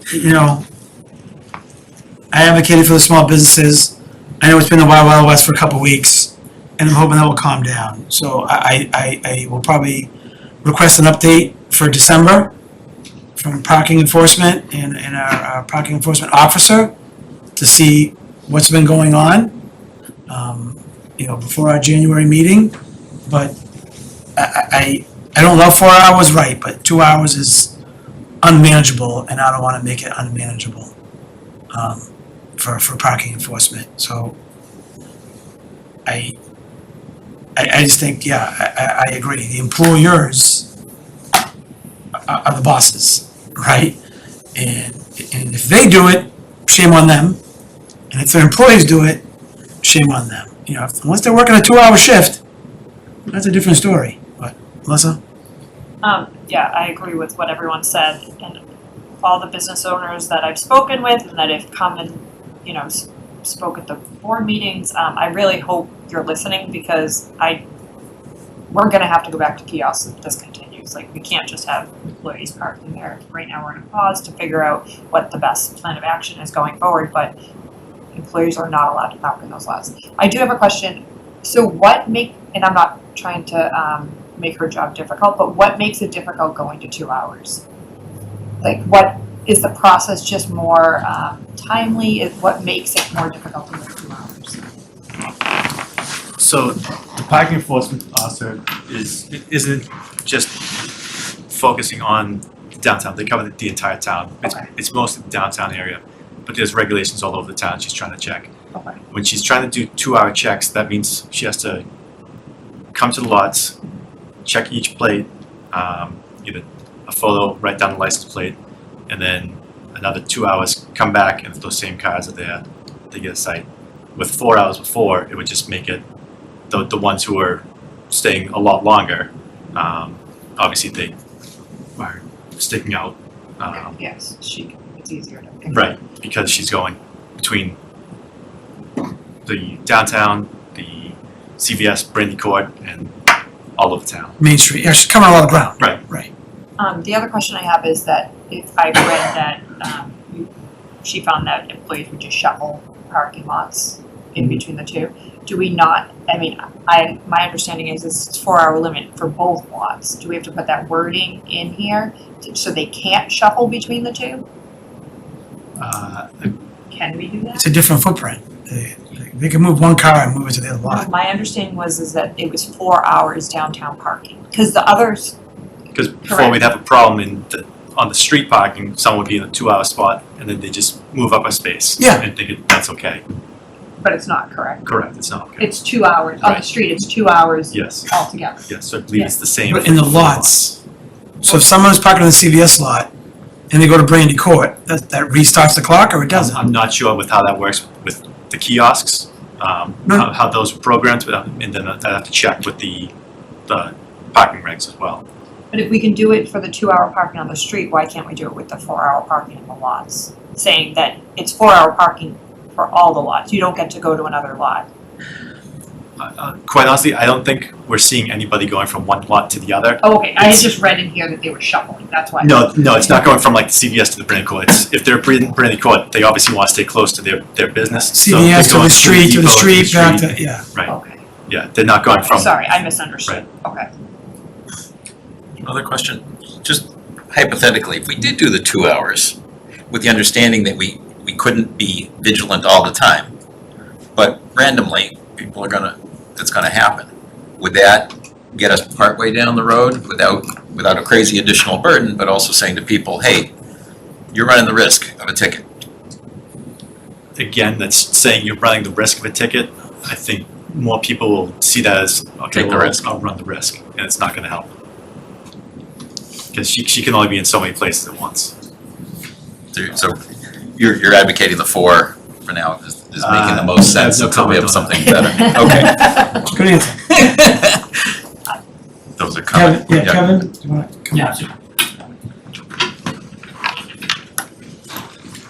Hi, folks. Kevin McCarthy, Economic Development. Just one or two quick points. One is, as I understand it, if you do 2-hour parking, I hate to be an advocate for 4-hour parking, as problematic as we have seen it be. But if you were to do 2-hour parking just in this interim time frame, there would be nowhere for a non-employee, non-resident to park for longer than 2 hours in the town of Reading. Nowhere, right. Right. So if That's we a want problem. visitors in the town of Reading, Yeah. there's nowhere that I can legally park for longer than 2 hours. Right, lunch and hair appointment, lunch and dentist appointment. Right, whatever. and so I think, Right. as much as we bat this around, and you know, in my brief time here, obviously it's been contentious, and finding the right path is not easy to satisfy all of the business and all of the other stakeholders. But I think that longer than 2, in my opinion, is probably necessary. And the other thing is, as we do this into the busy season for our downtown retailers, I think we should be encouraging that space between 2 and 4 hours. I think that it's probably much more common than we think. As for the employee parking, the behavioral, what they should do and what they do. I think we're all human. I think expecting that people will do the right thing. I think the business owners will tell you, if they asked you, put their hand on their heart, they'll tell you that they're parking all day back there right now, never mind their employees. I've spoken to one today who told me exactly that. So I'd leave you with that, and happy to answer any questions if you have. Thank you. Anyone else in the, oh, Chris, oh. Thank you, Carlo. Chris Haley, 71 Tennyson Road. According to the last speaker, I would fit into the same bracket that he just mentioned. If you keep this to 4 hours, though, I'm going to park there all day. I'm telling you it right now. So if you're choosing to keep it to 4 hours, that's what's going to happen with me and with everybody else that's back there, because they all do it. That's just the way it is. You go in, get there at 9:15-ish, Bridget is walking around, and then you got 4 hours from that. And then you move to a 2-hour spot or do something else. It's not rocket science. All of the people down there have figured it out. And that's just at Brandy Court. CVS, forget about it. I don't even know what's going to happen up there. But the reason why things didn't work in the past is A, the enforcement. We didn't have Bridget back then. We had somebody that went out on leave. I already mentioned this before. But as long as we have enforcement, you're going to be good. But at the 4-hour thing, absolutely not. You're not going to change anything. I do respect the holidays and everything else that's coming up now. We want to have people. I wasn't aware of the non-4-hour thing, but anybody with a resident permit can park in any of the resident spots on the street mainly for the entire day. So that's a saving grace if anybody in Reading has that combo thing with the compost or whatever else you can do. But I'm telling you right now, 4 hours, you are not going to change a single thing. And we already ended up in this situation in the first place. So to Mark's point, the 2-hour thing does seem a lot more manageable, and you can always change it. Because if not, the kiosks are coming back, and then here's the end of it. But even if you go ahead and tell the businesses, et cetera, like you just mentioned, that, yeah, we're going to do the right thing, we're going to do what I'm telling you, everybody is going to park there regardless. It doesn't matter what you do. 4 hours, my truck will be there tomorrow. At 9:15, you can take a picture. And that's me. I'm just telling you how it is. I could easily just be like, oh yeah, it's all going to work out. But I'm down there every single day. And the choice is yours. You can do whatever you want. But that's all I got. Thanks. Thanks, Carlos. Thank you, Citizen Haley. So look, we have done a great job validating why the decision was made to do kiosks. And it keeps coming back and back and back, and it's not going away. So, we have taken a reprieve. We do need to get rid, what did you call it, the free-for-all? Parking anarchy. Anarchy, parking anarchy has to go. It needs to have some form of regulation. We can decide, for or this, this notion of others. I do take the point Kevin made, though, that it'd be great to encourage people to stay longer downtown if you're actually shopping and buying stuff, not if you're employees. And I think employers, employees need to take some responsibility here. They need to act better. And they need to know that that's part of what's going on here. And I don't see it as a long-term solution, but I hope that it's a short-term solution, and let's see where we can get to. But we don't have the choice of doing nothing. We need to act tonight. Yeah, I think, I think based on Kevin's comments, and it's November next week, I will advocate for 4 hours with an update in December to see if any of the employee behavior has changed. And, Is it, so that's like a month? Is that too long? What? Should we get it? we only have one meeting in November. We can try to get an update in November. I'm not saying we can't, but we're meeting in about less than 4 weeks. But I don't know how much data we can collect. Besides going to each individual store that funds all those parking lots, do we have a way to contact the business groups, like as a group? We do. Yeah. I mean, I really, I don't know if we can send a town email, a letter, encouraging them that, we supported them when they came to us, now they have to do the right thing and not park in the parking lot as an employee. I don't know if we can reach out that way. I mean, I'm happy to go to the businesses and mention it, but we're gonna be back in the kiosk, and I really truly don't think that's the right solution for Reading. But, I mean, if the fact that there are employee tags hanging on these cars and they're parking there is really infuriating. Really infuriating. So, I mean, I don't know if we can reach out to them and be like, Kevin has a database email list, we can send messages to them. yeah, if we can do that. I mean, I'm happy to draft something, it can come from me. I mean, I'm happy to go knock on the business doors and explain it to them, but they're gonna end up in here complaining again. Understandably so. I don't like the kiosks. I agree that they are not the right solution for Reading, but they can't be parking back there. All right, anyone else in the audience? Anyone on Zoom, Caitlin? Doesn't appear so, no. Motion to close the public hearing. Second. Second, any discussion? Seeing none, okay, all those in favor? 4-0, okay, let's go to some motions, please. Move that the select board, move to approve safety amendment 2024-8 to the traffic and parking regulations as presented. Melissa on the second, any discussion? Seeing none, all those in favor? 4-0, thank you. Move to approve safety amendment 2024-9 to the traffic and parking regulations as presented. Second. I'm sorry, that was a tie, I'll give that one to Karen. Any discussion? Seeing none, all those in favor? 4-0, thank you. And,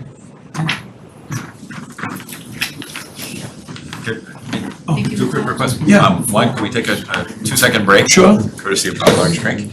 And second, Chris, would you mind taking down the Oh, yes. the stapler, please? Now that I'm back. Thank you. all right, folks, we're gonna take a 2-minute recess.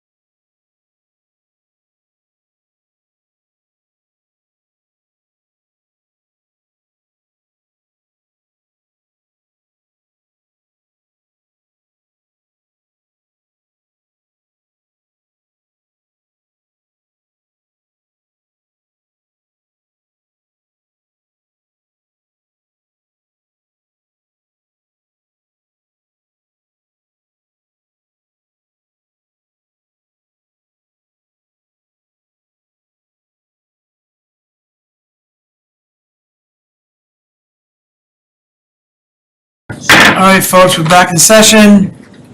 We are on to discuss and approve intermunicipal agreement for regional housing services. We do this every year, folks. Hopefully everyone got to read it in the packet. Do we need a discussion, or can we go right to the motion? Mark, I'm looking at you. I think it would be worthwhile if maybe town manager updated us just on kind of what's different, Anything's what's going changed? on, yeah. I would appreciate it. Okay, thank you. I'm gonna hand that off to Jamie. I spoke with Andrew before he went on vacation. Andrew's away. Right. So, no, the only thing that's different is we're adding 2 towns to the intermunicipal agreement. Reading holds the contract, and so we allocate all of the funding toward it, and the towns pay us to pay the contract. So Reading's portion is still $15,000. But the total amount that will be allocated at town meeting, which I don't have in front of me, will be that amount for, I think, all 6 or 7 towns. So Jane, does that mean it's still one person that's doing It's a this? service, it's a Yeah, service. it's a service, okay. Answer- So they have extra resources. It's not Yes, like yeah. they only have X hours and suddenly we're asking them to do more No, hours no, than they can do it. So we, the last town that got it, the last service that got it was Answer Advisory. And our individual who did the work was Nicole Lambert. So she's one person, she does the work. It is, it's reasonable for one person to do this level of work. That's why we went from having one staff person each town to this regional agreement, saves money for all the communities and really meets the need. This has been an unstaffed position since July. And, it's an important thing because people are calling or a unit becomes available and has to be marketed. And it has to go through very specific channels to be marketed if it's on the affordable housing list. So it's technical work. It has to be done a certain way, and all the towns are availing themselves of it. So it's a great service that we provide to those in need in our community. And she's fantastic. I've talked to her and called with questions. I have a resident call me and saying, Nicole, can you walk me through this process? She's just a tremendous resource for all the towns in supporting staff, but also getting these particular pieces done. You can ask, for example, with Victor, right? So Victor is a similar kind of person. He is not here to defend himself. Yeah, so that's why I waited. No, I'm just kidding. You get to a point where you can't do it anymore, right? You add more and more communities, one person or even a couple of people maybe can't handle it. With this service, that's not the case, right? That's They have correct. plenty of capacity, so that shouldn't be an issue. That's correct. Yeah, we have not, my understanding is we have not reached a point where anybody's having any complaints about the service or that they're over capacity. The contract allows us to add hours if we need to, but it's up to $15,000 per community. And generally, funds are turned back to the general fund. We aren't meeting, it's hourly billed, so it's not just a flat fee. Okay. She bills hourly to, So that's this bill that you. it's right in there, yeah. Yep. And then, is this also providing services to residents? So if they have a particular issue, would they come through this? Is that where their question would come through? Yeah, she would help people apply for units that become available. She helps when they need to go up for sale and they have to go through a process if they're deed restricted. So they don't go straight through a realtor, through the typical marketing of a home, or a rental agreement, something How like about maintenance issues or problems in the, that. Potentially, yeah, potentially. If it's in, it's not owned, right? So a lot of these are ownership units, so you're responsible for your own maintenance. Yep. But if you have, rental, that can be an issue. You can talk with the housing authority. It depends on the management company and so forth. But if there are complaints there, they can connect you to the various social agencies that we have in the Commonwealth. So to guide that process. And There's a now- lot. It's navigating a lot. now that we have established the trust, what is it that we just established? The Affordable Housing Trust. Trust, okay. Who does this group work for? Do they work for the trust? Do they work for the town? This group works for the town, and Okay. you're gonna sign a contract. Understood. Okay. So what I'm trying to do is Separate from the figure out trust. when there are issues going on that the trust would be involved in, what role will this group play? I don't think it would be related unless it was a case of, You have a unit that is not deed restricted. It was before deed restriction happened, and so in order to prevent it from being sold at market rate, you could buy down that unit with affordable housing trust funds to then deed restrict it and keep it in perpetuity at an affordable rate. And so that's one way you can use affordable housing trust funds. I spoke to MAPC today on the net zero action plan that we're working on, and you can use affordable housing trust dollars to do energy conversions to net zero or to, energy efficiencies in general with our housing authority, but that wouldn't be through this. So is this more the administrative side of things where the trust is gonna be more new units policy related to affordable housing, things like that? This is more administrative and running? Yeah, there's a lot of pieces moving around in affordable housing, right? There's a lot. There's policy, there's zoning, there's the trust fund. This is a service tool to help communities market affordable units in their town legally to a qualified population. They have to also, qualify to buy these units. Got it. Sorry, one last one. When we do use them, so I see, for example, year to date, we, the town of Reading, have been billed $8,800. And so this was July, and it was 2.5 hours total. What kinds of things are they typically handling What kind for of us? What kinds of activities? So they spent 2.5 hours. Are there particular kinds of things that take up most of their hours? Yeah, so if you look at the scope of work, that is on page 45 of your packet, which I'm going right to now because I didn't know there was going to be a full pop quiz, Professor. But I am mostly prepared in the documents here. So it talks know your about, audience. I know, right? We're not monitoring existing units, and there's a list of items of what does that look like. Look at that. You read your packet, it's right there. So the pages I see, I don't have kind of pages of the packet. I have pages of the document. So Yeah, like page 45 of these. You have to Yeah, use so that's of the packet. PDF. So my pages I are see like what you 1, 2, 3. Oh, well, scope of work, yeah, I More just, housing services, it goes on and on and on. There you go. Tracks foreclosure, I'll read some of these out for you, so like. So this I've, I she's see. So saying scope this of work is- exhibit A, I yeah, got it, thank you, yeah, and so- page 13. 13, there you go. Thank you. You're welcome. I didn't know. I didn't mean to confuse you. I actually did see those page Yeah. numbers down there. Okay, thank you. So, yeah, so there's rental and there's ownership. So value ownership units for assessment purposes, to work with the assessor's office. Rental monitoring, track foreclosures, subsidized housing inventory administration, reconciling municipal inventory records with the SHI, maintained by the Executive Office of Housing Livable Communities. So it's very administrative heavy. Support municipalities on questions regarding affordable housing trust funds. There you go. Help in the development of resident assistance programs such as down payment assistance, rental assistance, small grants or capital improvement programs, buy down programs, other locally defined initiatives to assist new or existing residents. And then there's some, a number of activities related under that. She helps towns achieve town-specific goals, so if we have things, we can, Got bring it. those to. And then go most of the way down and I see resident support. Allow residents to contact the service provider directly with questions and concerns related to housing, can include office hours in each community.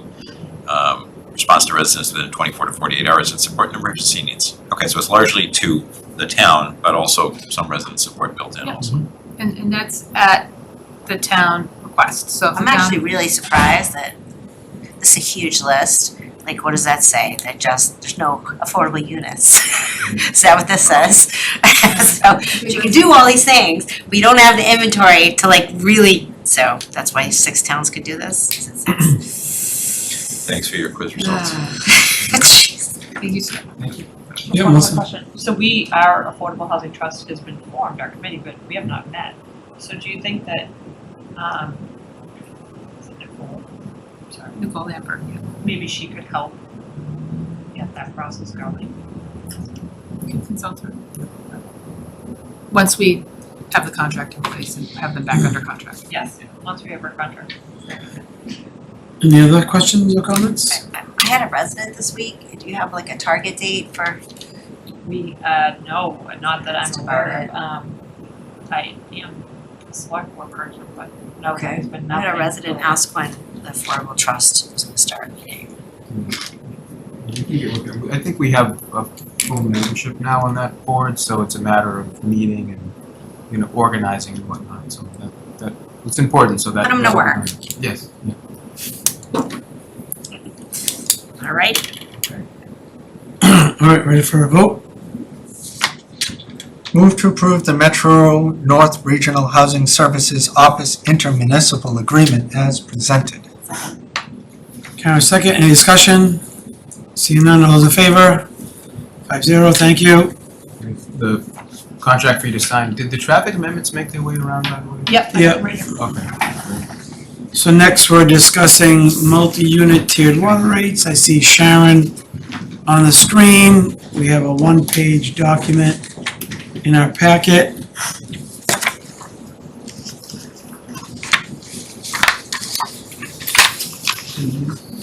Sharon, do you want to start? Sharon's on here, she has a. Can you hear me? Yep. Yes, Sure. can see you too. So, in your, packet, I put a memo in, kind of going over where we're at with this process. I had presented to you a couple weeks ago that we did identify, where in units to make changes, when it comes to condominiums, how many units are in a building. But then we did identify the issue with Postmark and the restaurant, because the restaurant was enjoying the savings of all the other units, not using the full 10 units at the lowest rate. And so what we're doing is we've worked with Jane Wellman, who's been working with Postmark and their housing, their, what do they call their HOA? Trying to get information. They provided us a lot of information, and so they do have monthly information on how much water each and every unit uses. So what we were thinking would be a good solution is to put a deduct meter in that reads just the restaurant, and then have that deduct from the 1 meter that fills the whole building. And so the DPW staff went out to see if that was a viable option, and it is a viable option. I'm sure there's other options, but nothing will probably be done in time for this next meeting. And so what I am committed to doing is, as long as we can get a read from HOA on that restaurant, I can manually adjust the bill as long as we need to, because it doesn't appear that we have other circumstances similar to this when it comes to condominiums. Most of the restaurants that we saw that were in a mixed-use building were rentals, apartments above and rented commercial space below, or there was no, high water usage in that proposed space. So I felt that doing the manual bill for the one, just to get this moving so that the residents can actually enjoy the lowest possible rate, and committing to that, my staff is committed to that. We can manually bill them and put them through the tiers in the appropriate way for their actual usage. And then all of the other residents will enjoy the lower rate. So that's what I propose, and we've got obviously other options, and apparently the HOA has some other options that we could entertain, but I do know that the deduct meter was the option that we asked them to look at and was a viable option. I can add some color, Mr. Chairman, Mhm. to the conversation. So I reached out to Kathy Zeke and John Sullivan last week. I spoke to the management company for Postmark, and they didn't particularly want to have a conversation about water billing, which is fine, because it's mostly gone over, the responsibility is now mostly gone over to the HOA, right? They've taken over control of the building. And so Mr. Sullivan and Mrs. Zeke were absolutely fantastic to talk with. They came in the next day, they brought all kinds of information. That whole building is entirely sub-metered. So every unit has its own water meter. They can read those meters internally. They get an update every single day. And then those bills are, the residents there are, and all of the units are billed monthly by their, they have a third-party vendor that manages their bills based on the bill that we sent to them. So we wanted to see, is there a way that we have visibility into what the restaurant is pulling? Because as Mr. Sullivan presented, the restaurant on the last bill was using about 39% of the building's total water. So the whole building is being overcharged. So the Munis solution that Sharon has researched and has tested will bring the water price down for everybody. And everybody should, even the restaurants should have a lower water price. Everybody should have a much lower water price.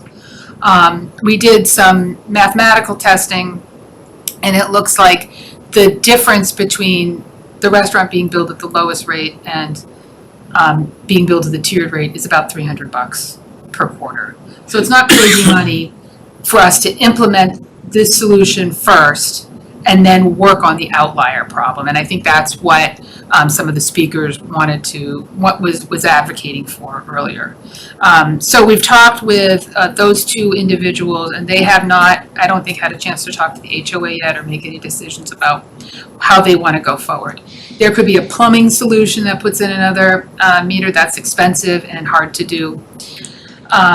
They could put a different meter that they have on the restaurant meter that we might be able to read, but that they wouldn't be able to read anymore. And that's another potential solution. Or they could give us the data, which they have robust data, and we would make that manual adjustment that Sharon was referring to. That's a possible solution, but sort of an interim solution, because we would like it to take the human factor out of it and have us be able to read a meter. But we haven't devised that solution yet. We don't want the perfect to be the enemy of the good. And so, it's our recommendation that we go forward with the Munis solution. It brings the rates down quickly for everybody. It is equitable, it's fair. And then those outliers we can work on vis-a-vis the restaurant. Okay? This is for residential condos in mixed-use buildings. This is not for apartments in mixed-use buildings. All the same fix is possible with Munis, but we don't have visibility into if they're sub-metered. We don't think they are. We don't know if we would be able to tell how much, if there, for instance, is a hair salon on the first floor that's not separately metered, what kind of usage they're looking at. They do have they have leases, and their expenses are built into their leases. So the board has expressed an interest to bring down rates for everybody fairly. We can't say for certain that apartment buildings would lower rents, but we do know that water rates are always rising. Not actively every moment, but we know that this is always the trend. So, I just want the board to have that information and then be able to ask questions about that. And I do want to thank our staff, and particularly the water meter division, the water division, Mr. Cole, for just, can you be at Postmark tomorrow morning at this time? And coming down the street are all these, the whole meter division. They were great, and they got right in there, and Mr. Sullivan was fantastic, giving us access. So, Mark? Thanks, Carl. So I was following you right up until what I thought you said is we're going to ignore Postmark for now. We're going to work on the building, but not the restaurant. Did I mishear you? No, I can't implement the tiered rate until I have the data. Right? And the HOA hasn't agreed to give us the data. Right. They have to vote, we have to meter it, or that piece of it has to be determined. The next water read is tomorrow, October 30th, is the next meter read. I think, Sharon. No, it was today. It was today, never mind, I was wrong. But they have all of their data, so. And It's just a matter of getting the data from them, yeah. The memo from Sharon says they can do this, and it's requiring one additional manual adjustment to take care of the That's restaurant. right, that's correct. So why wouldn't we just do that? If I have the data given we don't have it. We can't see it, we don't have it. We can't see it. We need the I HOA to understand. give it to us. Right, and so if they don't, then why wouldn't they just stay exactly with the same rate they have today? In other words, there's an incentive for them to give you the data. I'm sure they will love to do it. But if they don't, they can stay at the current rate. Yes. Very simple. that is a select board decision. All I will tell you This that. seems like the solution is here, and that's why, and I feel like people are trying to hedge it. It's like, why are we hedging it? The solution is here. You can get your rates all established because you have the information. All you need to do is share it, which they already did with you. I understand it requires a vote, so go through with that. If that, the flip side of that is if that doesn't work, then we don't have a solution yet, and let's, we'll work on it. But in the meantime, you stay at the current rates.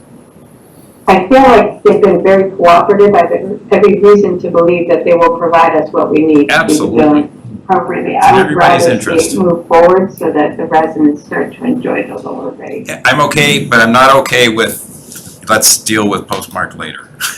It's here. Well, I mean, I'm committing to manually bill it, and I don't foresee an issue, but we don't have the ability to read it. They'd have to turn it over to us, and they have been very forthcoming thus far. I suspect they'll continue to be. I think so too. I just know that as two members representing the trustees, they're not gonna commit their whole board to something, and I respect that. So, if the appetite of the board is to approve it pending we get that data, we could go forward and we don't have to wait for like the next meeting. If they have a meeting in the interim and get that to us, then we can enact that. That's what I advocate for. There's a solution in hand. It requires one additional manual adjustment out of, they're already you make 39 already, so now you make 40 instead of 39. It's there. Let's take it, as opposed to kicking that piece of the can down the road, because that might not pop up on the priority list as high as other things. So I would strongly advocate, here's the solution. Just make sure that the homeowners association needs to vote. Sure. Cool. That's great, thank you. I'm also thinking about the future. We have a new building going up across from Chase Bank. I'm not sure if that would move over in property, if a restaurant moves in there, because that was the plan, whether those are condos or not. But I had asked before, so does the work that you're having to do, obviously you want to automate it going forward. Would part of that solution be part of the permitting processes? We give guidance in Reading, this is how you want to sub-meter, because this is how your tenants will pay for the water. Yeah, you're talking about rental, ownership, both? Yeah. Both options? Yeah. I mean, none of these That's the cheap time to do it. This would not have cost a lot if they had done it when they built the building. Yeah, and they sub-metered at the time and they were using a different system. I'm not sure what happened in the past. I can't speak to it at all. I didn't look back. But they have different meters that we might be able to read, so we have a test. Right now, it's just on the developer to think about, the future use of the building and the issues that you have to deal with and we have to deal with versus. Right. So I'm just wondering, as you get into this, as you implement it, is an opportunity to have some guidance come out from the building department. Yes, this is how we would like buildings built. Water is expensive. Yeah. Okay, thanks. That's a great suggestion. Anyone else, Chris? Thanks, Carlo. So, what is actually a sub-meter? Is it really a meter that they have? Mhm. So the water comes into the building, Yes. goes through a big meter, Yes. and then it goes to 40 different ones. Why can we not read the 40 different ones? We don't, our system that we use to read meters doesn't read their meters. It's just the 1 meter. Town reads the 1 We meter. read the one Correct. meter, that meter is radioed for our system. So we have that information. But they have a different system for their sub-meters that they can read. I'm not a plumber, but I know when water comes in, it goes to the spinny thing, and there has to be like some little piece of equipment that is probably negligible money that can just get retrofitted onto that. That is not the case. One would think that. And we had a long conversation, if Mr. Cole remembers, with the plumbing, the water meter division, like, well, we can cut it out over here, and we can take the restaurant and we can plumb it in over here in front of the main meter for the building, and that will separate. And this is maybe half a day of work that you'd have to turn the water off for a few hours anyway to put that pipe in. So we are going to smart meters in 25 or 26 or something, right? Something like that? I think so. Hypothetically, if we had said smart meters installed, would Postmark each one of those units be getting one of those meters, or are we only doing the first initial one? I'm not sure, but I think Postmark probably is smart metered. They have a lot of, their meter systems are very specific, they have a detailed. I understand we wouldn't want to cut over 40 units right now to do whatever, but if the 40 units were getting cut over with the smart meters regardless, is it not a moot issue at this point? Because we're gonna have to do it? Like, who is it on to put these meters in? The developer or the owner of the building, it's on the owner. For the town, if we're upgrading our meters, then it's 1 meter at that building that we can do. No, like, use my house as an example. Am I getting a new meter in 25 or 26 or something in the future? I believe that to be true, but yeah, he says so. That's not what I researched. So if I'm getting a new meter in 25 or 20, why is the Zeke's not getting a new meter? They're building it. Those are sub-meters. I understand, The building no, will but get 1 meter from the street. Okay, they'll get 1 meter from the street. They own the meters for all the different units. Their HOA owns those meters. Yeah, so I was And that's asking their if meter. we were meters, We're with the only- equipment that I thought was gonna be negligible, that isn't. If we had to do that, because it is on us, so you're telling me it's not on us, we'd only replace in 25, 26, 27, we're only replacing Postmark's single meter with a smart meter. They're 1 meter. Okay. Okay, good. But yes. We're hopeful there might be other ways for us to get that data automatically through their sub-metering system, but we're working with our vendors to try and figure that out. But, it turns out to be, it's an outlier, thank gosh, but it's a more complicated problem than it seems. So I think, to Karen's point, or just letting everybody know who comes in, you better be building units with multiple meters that we can read or whatever in the future. So Right, that because if they're on our metering system and they give us the Correct. meter, that water tower can pick it up. It can pick up something like 77% the day we turned it on, which was last week. Yeah, because it's on the developer to do that correctly. So if the unit over there that Karen just mentioned is 20 units, and they're putting in 1 single meter, they're not coming up here and giving public comment and saying, I want 20 meters now. Because you are on notice that this board was doing this while this building was being built. So if they don't want to do it, that's on them.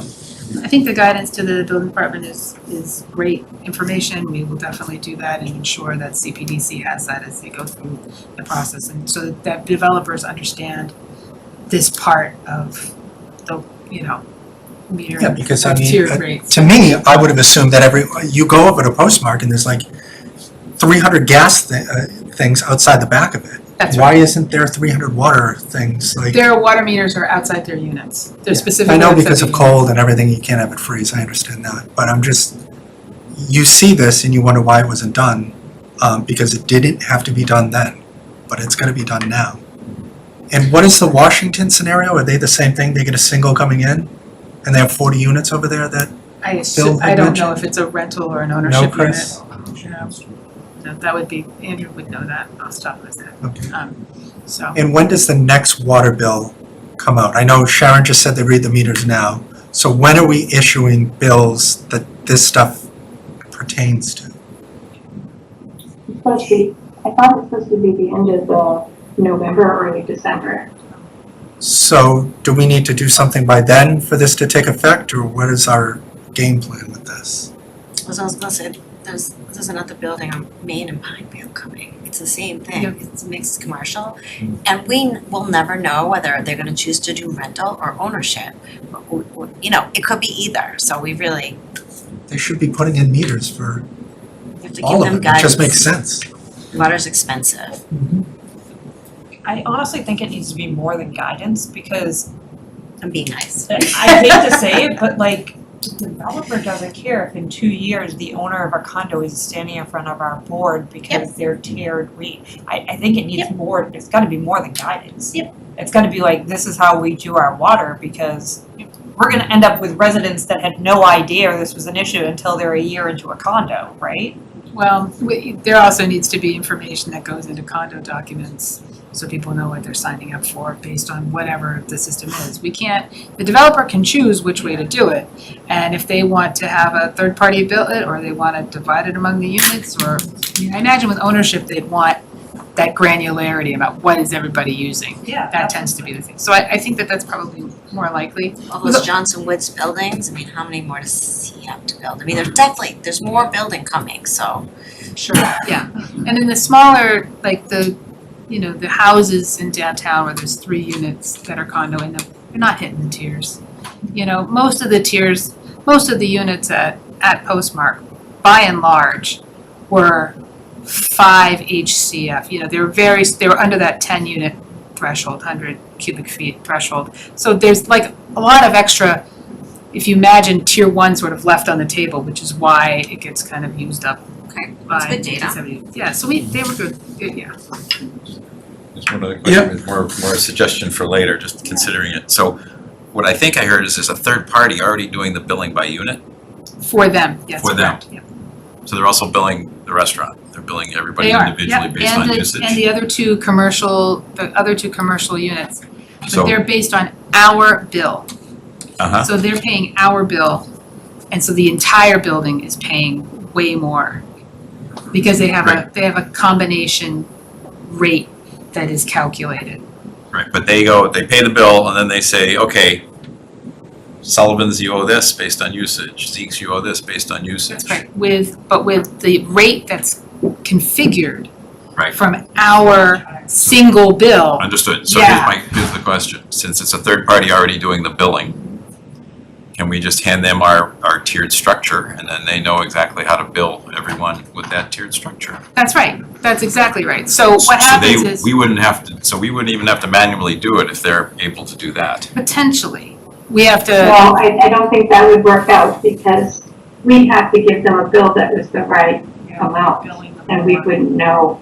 You know what I mean? Like they're taking a bill that we're sending them that's, okay, before we put the condo factor in there, they're doing 10 units at the lowest rate and then the next, 10 or 15 units at another rate. So they're only getting only like one property's Yeah, they can do it, but we of the can't. lowest rate.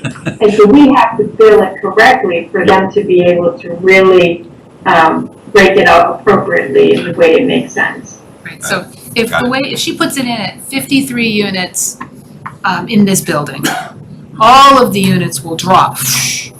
All of them will drop to tier 1 for the most part, but the bill will show up, okay, there's also people in tier 2, but it's just a number. The billing company will be able to, bill each unit based on their usage at the new combined rate, which is still much lower. So, or it's all billed at tier 1. So we're not sure the restaurant would move through the 3 tiers, based on the initial bill that we send them, the total. So we gotta work some more on it. Yeah. We think we have a I take back my workable suggestion. You know what created all these problems? Tiered rates. Second. So I'll turn it the other way. There was a reason why we created tiered rates, so we voted tiered rates in, right? And so there are some issues that we have to work through. This one we haven't worked through yet. But how do we fix Phil's building? How do we fix that? So I think we gotta go through each one of them. So, but that brings up a question. So if the condo association, whatever, they have their own water use also, right? So it's not just the units, there's some combined usage, whether it's washing machines. Yeah, common areas, that's right. Yeah, any common areas. If they do irrigation, any of the things that they do in common areas have to be allocated to the units. They have a method for doing that. Right. Yep. Right. That's the condo way, that's a lot easier. Like you have apartment buildings. Right. They're all taking it up to you know what right now. Yep. And to hear these numbers from that. Yeah, but, okay. So the tiered rate, the difference between tier 1 and tier 4 is what percent total? Oh. 10 or something. 10. De minimis. It's 10, max. Very So someone whose bill doubled, that's not because of tiered rates. There's something else going on. Right. The easiest probably is that it's the issue of a dry summer versus a wet summer, probably. But you could figure that out, but it's not, the tiered rate didn't double their bill. It's not possible. Didn't Bill just say it doubled their unit, their condo unit, it doubled their bill? And he actually had people come But tiered in. rates, maximum difference is 10%. It can't Yeah, it double your wasn't the bill. rate, It's 10% something else. higher, it can't double your bill. Because their volume had to It's not increase. possible. So the rates don't They account for use more, volume so increases or whatever. maybe looking at usage would be the way to take a look at it. But it's not, the tiered rate didn't double their bill, it can't. I'm happy to sit down with any HOA or management company to work through, but we think that by, in their case, putting all the units in, it drops pretty much most of, and especially where there's no commercial, it just drops everybody to tier one. The billing is so much easier and it's much more, it's at where it should be for Yeah, a the. lot of these older buildings not gonna be sub-metered, I'd imagine. No, I wouldn't think though, but they also don't have the mixed use aspect, or if they do, Right. it's a commercial unit, and the two commercial units that aren't restaurants at Postmark use less water than anybody else. Right. So they're very little amount of It's a water half hand bath, wash. and that's it. What's the motion read anyway? I don't know what the motion reads. I don't think there was a motion, I think it's a There was no discussion. motion? Oh, it's just discussion. Let's We go to just the came top. back with a solution, based on Sharon's memo, and we can go ahead and start doing this. I don't think we need to specifically vote on it. We've talked about it for 3 or 4 meetings now. I Right. just wanted to get your sense as to, You I guys, think if we you- all want it fixed. Okay. Yeah. We do too. Thank you. We Yeah. absolutely do. All So right. we'll start getting this going. We will let Postmark know that if it's the appetite of the board, that we will wait for them to give us the data for their restaurant. And then we can, look at that number for them, and we'll continue to look for those solutions. I don't want to throw a wrench into the end of this discussion. Yeah, please don't then. But we're only discussing Postmark. Well, What about this 50 other buildings? That's my question. So are we only fixing Postmark right now? So, No, there's like 54 buildings. Okay, so Yeah. we're saying that we're gonna fix the issue in all of the buildings, correct? Mhm. Okay, thank you. Okay, yeah. Postmark is the only one that had the unique circumstance of Perfect. having a All right. restaurant That's what I condominium. thought, but I just wanted to confirm. Okay, thank you. Okay, No more wrench. good. Okay. On to the next fun topic. thank you very much, All board. right. Second water meters. Discuss second meter pipeline. We have, again, a lot of information in our packet. Bruce has a discussion. Also, Matt Abrams Abrahams is on the line as well. Any specific questions for him? And he'll make some comments when Chris has done his presentation. So thank you. So as the board requested, we have put together a second water meter policy for a 400 unit pilot program to institute second water meters. This is just a draft policy and just these are suggestions that are in there now. We've looked at what other towns do. Actually, a lot of this policy is based off of Tewksbury because we liked what we saw with Tewksbury's second meter program that they already have. And then we just looked at other communities and, put different things in there that we liked, that they were utilizing too. So if you go to the next slide, Caitlin, please. So just some highlights of this program. So this is for a 400 unit pilot program. And it would be, the second meter would be for outside water usage only. Outside water usage via these second meters would also only be able to be used April 1st to October 31st. This would be for, water conservation purposes, and so forth. And if we discovered that there was someone using water outside of that window, then we would be suggesting that a penalty be imposed to them. Also, what a lot of communities do is requirement of a rain sensor and definitely a backflow preventer for any irrigation system. Property owner pays for all permitting, plumbing work, and the second water meter and transponder. And then also if there's any illegal tampering, that would be another penalty that would be imposed if we came across that. The next slide, Caitlin, please. So we've already mentioned previously that there's probably about 150 plus properties that already have a second meter on them. So town staff would want to go out and inspect all those meters, because the last time the moratorium went into effect was 25 years ago, and we believe that a lot of those meters have never been changed out since then, so they're 25 years old, so we'd want to take a look at them and see if any of them need to be updated. You know, and also there may be, 25 years ago, there may be some plumbing improvements that have to be made too. If they want to take advantage. Yes, yeah, if they want to take it, yeah. So that was my next point, that these properties will all be receiving a letter inquiring whether or not they want to reactivate the second meter. And then tomorrow, we actually have a meeting, once we get feedback from this board tonight, on logistics on an application process that would utilize OpenGov, you know, to possibly, you know, start something as like a plumbing permit for something like this, and then it would go through the different steps, and then Public Works would get notified once all the plumbing was approved, and then we would go out and schedule an appointment for putting in the second meter. Next slide, kid. So now we look at what to set some of these rates at for the second water meters. So the first column that you see right here, those are what Reading's current water rates are for the 4 tiers. And then we just started putting some possible suggestions in, like this first column here is a 5% increase for every tier. Second, the next column down is a 10% increase. And the last column, which is what some communities do, is the first 3 tiers are what the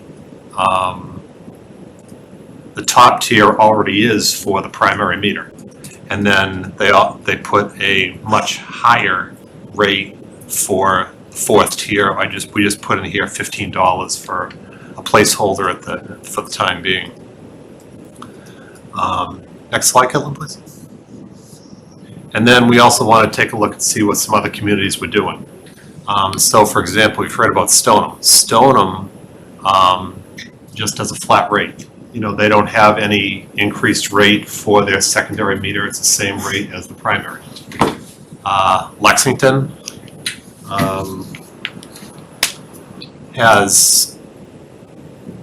does the top tier rate for all 3 tiers. And Lexington also has their tamper fee is, if caught, is $300. We go to Tewksbury. Tewksbury, so their first 3 tiers are the same as the first 3 tiers in the primary. But then the top tier has a significant increase of like 188%. So that's one option there. And then we go to Natick, and Natick has significant increases. I really can't find any rhyme or reason to their increases, but like tier 1 increases 178%, tier 2 is 228%, tier 3 is 205%, and tier 4 is 162%. So much more significant increases on that. I think I'm moving on Natick. I was just gonna say, how does Natick's rate $2.52? I don't know. That's for another day. Yeah. How is that even possible? How much If is they're it in to build February, it's a a long line time from ago. Natick to Reading? Let's move on. That line alone will be cost more I than the don't care. MWRA. Another agenda item. Little joke. A GoFundMe, let's go. Next slide, Caitlin, please. And then just one of the last slides here is just, so you have the draft proposal in front of you in your packets. And you see there's different things highlighted in there, just some things for the board to think about on what they would like this policy to look like. For example, like what rate should this be charged for the second meter? Should there be an application fee? You know, you go into OpenGov, we've seen some communities, they might have like a $100 application fee. And even for those second meters that are already in place, what we've been talking internally about is there's a very good chance that most of those meters have already been purchased originally when they were installed. So those meters, if they need to be replaced and switched out, we would just, come and switch the meter out, and they might just be charged an application fee. Or, if they need a plumbing permit for any modifications to the plumbing or something like that.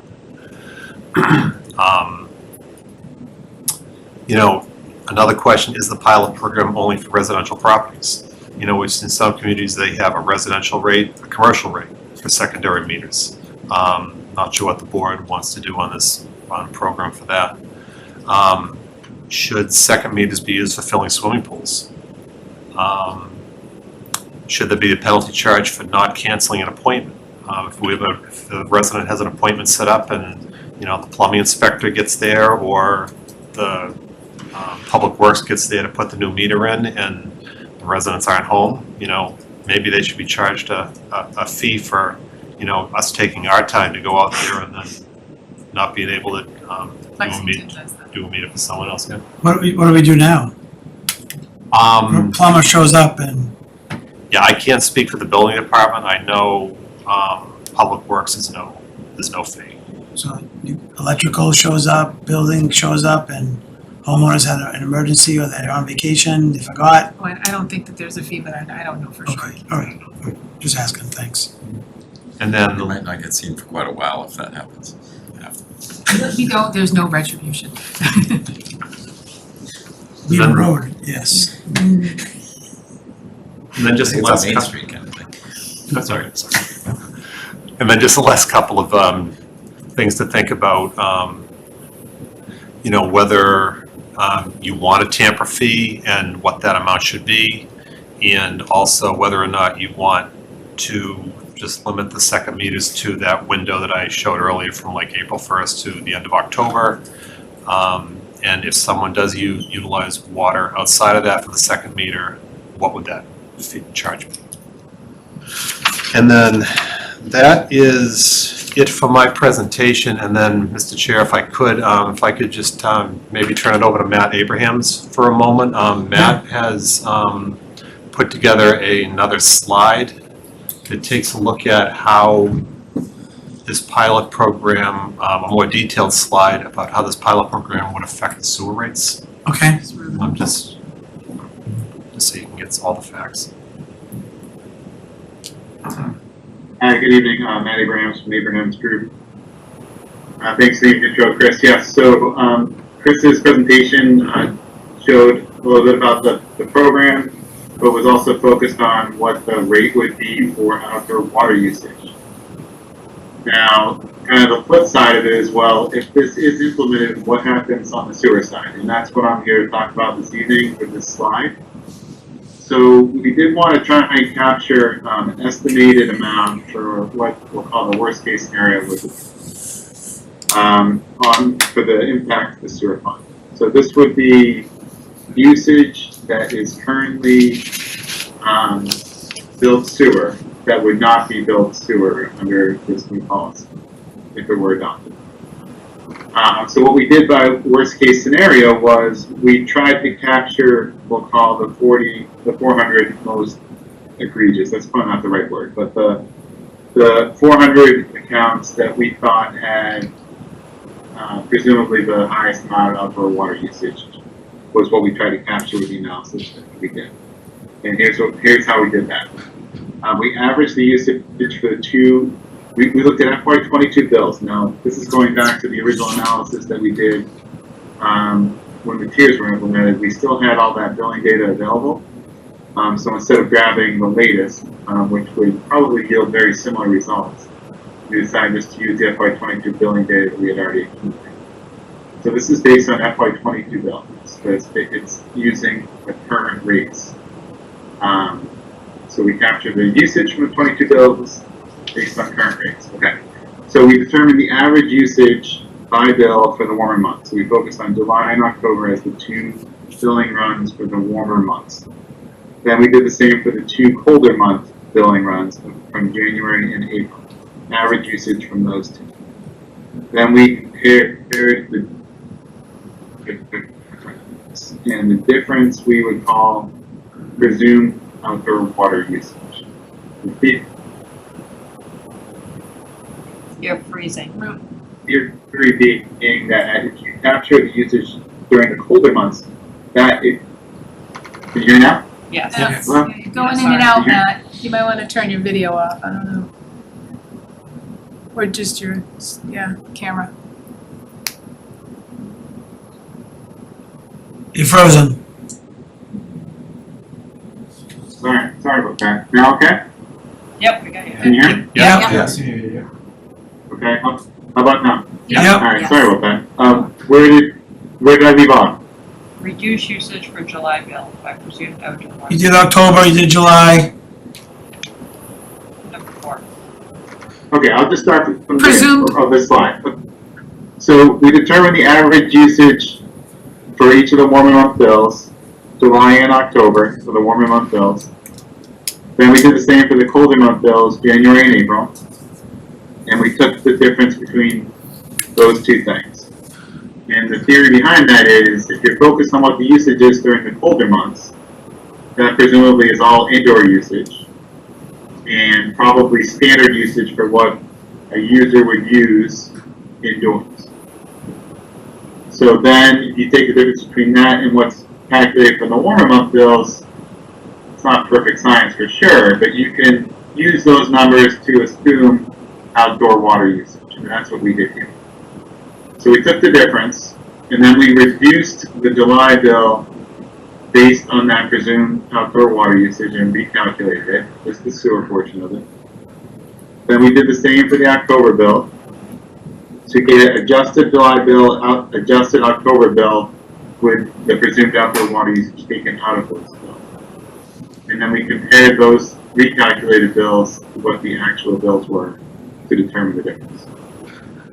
And again, the 400 accounts residential with the highest amount of outdoor water usage based on those calculations, we had that amount as being about $641,000 in the current base. That's an annual amount. Okay, and then a quick calculation as to what it would take to make up that difference from a rate increase standpoint.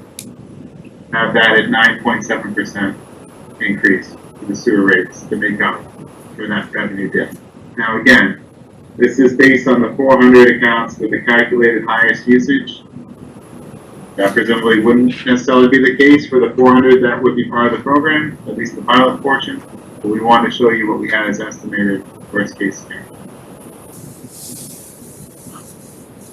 What would be an average case scenario, given, you give us the worst case scenario? I think that is the worst case. I said average, what would, like, that's the worst case scenario. Oh, I see, you want the other side. So if we go from 0 to 641, do we split that in half? How do you determine average? Well, that's what I mean, this number is really arbitrary.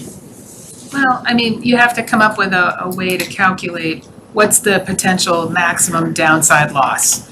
And that's what this calculates. We don't know who will sign up for the water meter program, but we do know that probably the 400 highest users in those months are probably using outdoor water use. So it's a logical deduction, and I think, that's potentially what the outlay would be if all 400 units were online all at the same time. If I can, Mr. Chairman, I just want to add a little color to this conversation. I worked with Chris on this policy, and we looked at a lot of different things.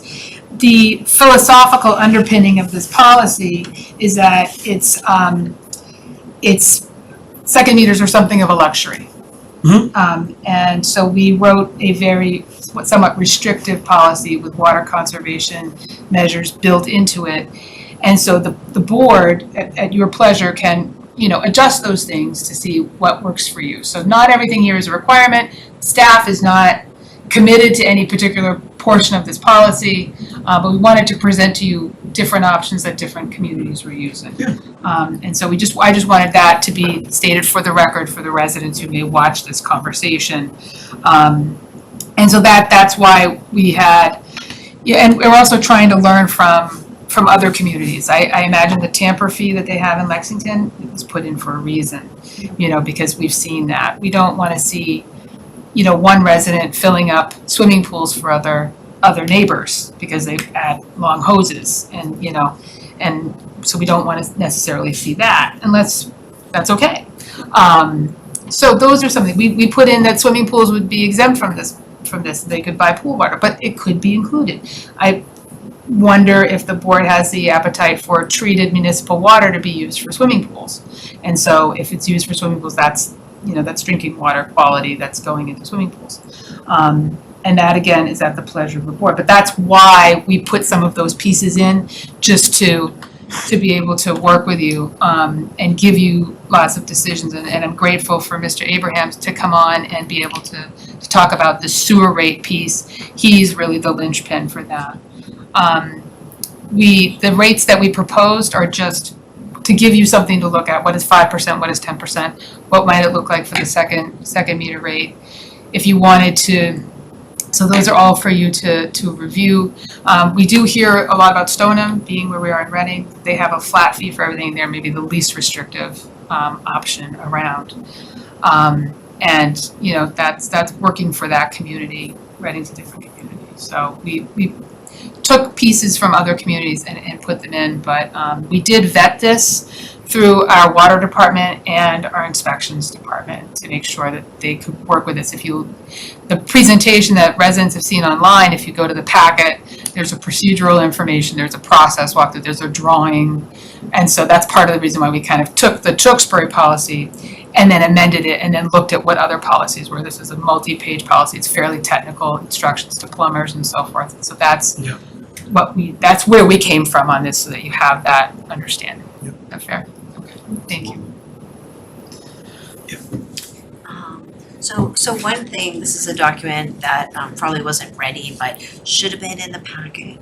Could we, and because we're For the sewer rates, yes. Yes, Yeah. because we're using it in a meeting per every, it should go in the packet, so Yeah, can we'll we address add it that? in. Yeah. Oh, that's yes, no problem. absolutely. Yep. And then I wonder, I can't help thinking that Stoneham residents and Tewksbury residents don't understand what we've done a deep dive in understanding that when you have these level payments, somebody else is paying for a nice green lawn down the street. So I don't know if this makes you want to go like asking questions, but I also wonder, since these other, if you have any relationships with the other communities, whether they would be able to supplement. He asked about, best case, worst case, fair, it's a fair question. I don't know if any of them would be willing to kind of share what they've experienced. Tewksbury's got bigger properties. Stoneham has smaller properties, so you might see a big difference. I don't know, depending on how many, the size of the property, but that concerns me if the worst case were to happen. If it was only $500,000, this board then needs to figure out how to make that up. So, that's not going to be popular. And this is wonderful. The rest of this presentation is great, by the way. Thank you. Keelan, can you put up the things we have to discuss slide back, please? It's next to the last slide in my presentation, Caleb. Yeah, give me 1 sec. Does anyone have any questions for Chris while he's up here? Because then it will be more of a board discussion. Yeah. I just have one question. So I saw the item in there about unless the town manager declares a water ban. I was wondering why, we always have water usage hours in place historically. Should those also be repeated in here as people like sign up for the pilot? Sure, we could, yeah. Okay. It seems like those two pieces go together, and it doesn't hurt to remind people. Okay, thanks. Any other questions for Chris? Yep. Thanks, Carlo. Yeah, just real quick, seeing on the rate comparisons, Stoneham, Tewksbury, Lexington, Natick, they do seem significantly under Reading, which is like 10 or 11 or upwards of 12 in like $7 water. I'll take it. So I think in terms of comparisons like that, I guess I don't like seeing these other peer community things, even though Stoneham helps my argument of they don't do anything, we're not gonna do anything either. Like, but I don't think these are somewhat comparable to what we should be looking at. It's gotta be like MWRA, like are all these MWRA? Tewksbury's not. I'm not sure. Because we need some rates that are up there higher, because if you were paying $2.52 for water, we're not going to be like, we're upwards of like 12. So quabbling over 252, would I say double it? Of course. Double our rate now? No way on planet Earth would I ever do that. So when you see like these other rates, it's like, it doesn't really pertain to what we need to actually do. We need stuff with higher ones, like Tewksbury's like borderline verging on that. But all these other ones, like 252, 506. Yeah, none are even close, Yeah, right? it's not even close. Well, I think aside from, what the actual rate is, it just gives you an example of what other communities are doing based on whether they're, using tiers 1 through 3 as the same as the primary and then just increasing the 4th tier, or. That is helpful, but yeah. But I think they did that because their rates are so low, they're playing with monopoly money at this point. Like, it's shuffling around 252 to 385. It's just like, you can't get breakfast for that. Like, these numbers are just like, that's what they're working with. So I think we need something more like, whatever the MWRA communities that we have, we need to get like a couple other ones like in here just to see. Melissa? I mean, if Tewksbury, I just have a question about like the jump from 16 to 30. If Tewksbury is not MWRA, isn't most of Tewksbury on septic? No, the whole town is sewered. It's fully sewered community. It is. There are, I have septic because I don't want to pay sewer rate. So, but yeah, the whole town is completely sewered. But they're not MWRA. No, we pull our water, Tewksbury pulls its water off the Merrimack River and owns a water treatment plant. Okay, all right. Yeah, I mean, I guess my other point is, and I know this discussion is not for now, but we keep saying we'll have this discussion later, and we don't. But why are our water rates so high compared to so many other communities? My understanding, it's MWRA debt. It's the. Right, so that's not really on the agenda. and I understand that, but this has is been discussed. shocking. Yeah, so Like, when we do the water rates, this is exactly part of that. Natick is nutso, that is nuts. we keep raising them. So- Yeah. So a couple things. So first, thank you. I think this is great. I think most of what you have outlined and proposed makes sense if we're gonna do a program like this. I think my concern comes up when you get to the slide of, okay, we do have to offset, even in a pilot program, conceivably $671,000. That's a lot of money that basically other ratepayers are gonna see as an increase. So, that's troubling to me. I think as it relates to what you're talking about here, what rate should we charge for the second rate? I think we're allowing that people are going to kind of get half price in a sense versus what they're seeing now for just these 400 people, if all 400 take up the offer to do it, on the backs of the rest of the community. And I think that requires that there's a substantial shift, not back to the rate that was, but a substantial shift. And what that is, I think you've given us some pretty good and interesting ideas. I don't think the source of water actually makes any difference at all. I love the fact that somebody has a better rate and love to get there someday. But I think the real issue is how do we treat this by comparison, right? The same, so they're having to do the same kind of offsets that we are. And, if it's double the rate, that's how they're doing the offset. So I think that what you've proposed in the second meter rate tier 4 might be an interesting way of approaching it, kind of what you have on the slide where it's $12.97. It's the tier 4 rate until you get to the very high level, in which case it goes up higher than that. And folks that I think are the heavy users, that's kind of what's going on. Should there be an application fee? My answer is yes. I think that we're having to do work that we weren't doing before. There needs to be an application fee associated with that. Is it pilot for only residential? I think that's what I had in mind. That's what I would suggest we start with. Can second meters be used for filling swimming pools? Well, why not? It's the same discussion of not having sewer. I think that should be an available option, and people who decide to fill their pools, they have different choices, and they'll decide which one they're gonna do. And they might just hit the highest rate, highest tier too. Yeah, exactly, yeah, so that first 27,000 gallons or whatever it is, you decide how you're gonna do that. Should there be a penalty charge for not canceling an appointment? I think, see what best practices look like. I think that would make sense so that we don't have to waste time. That's not the biggest one for me. I think a tamper fee does make sense. I think we learned from what other people have done. It shouldn't be an issue, but I think that will discourage some of the bad behavior, and I would keep it at least $300, if not higher. Out of season use fine and amount. What's the reasoning?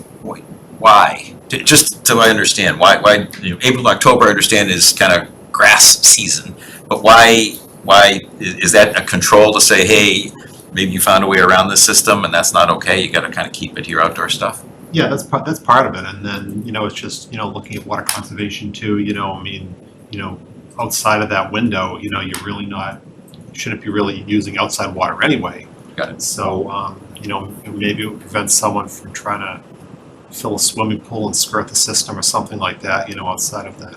Well, Guardrails. Yeah, and to your point, the deputy DPW director, Mike Kessman, said in Revere, they had to turn in their meters at the end of the watering season. They had to turn them in, so we're not asking for that, but this, it's a pleasure to the board. It's sort of like, Okay, but if there are the guardrails. meters- Hire a plumber to take it out and I put it have back no in. idea. Based on our parking Back up window. discussions, I have You're- no idea. You're setting guardrails. Okay, so I think basically what you've outlined based on the best practices, what you've seen in other communities, makes sense. I think that the focus seems to be thinking about what rate is gonna make sense in going here, to do it. I think we still have an obligation to encourage conservation. I think it's wonderful that right now there's a lot of water in the Quabbin Reservoir. That's fantastic. There won't always be. And, we're watching a situation right now where we have drought and we have fires, and God forbid something happens in Reading and we're using all sorts of water to take care of that. It is a limited commodity, period. It's not a political issue, it is a limited commodity. Just, you can't effectively produce more water. The technology doesn't exist for that yet. So we got what we got. We need to just use it carefully.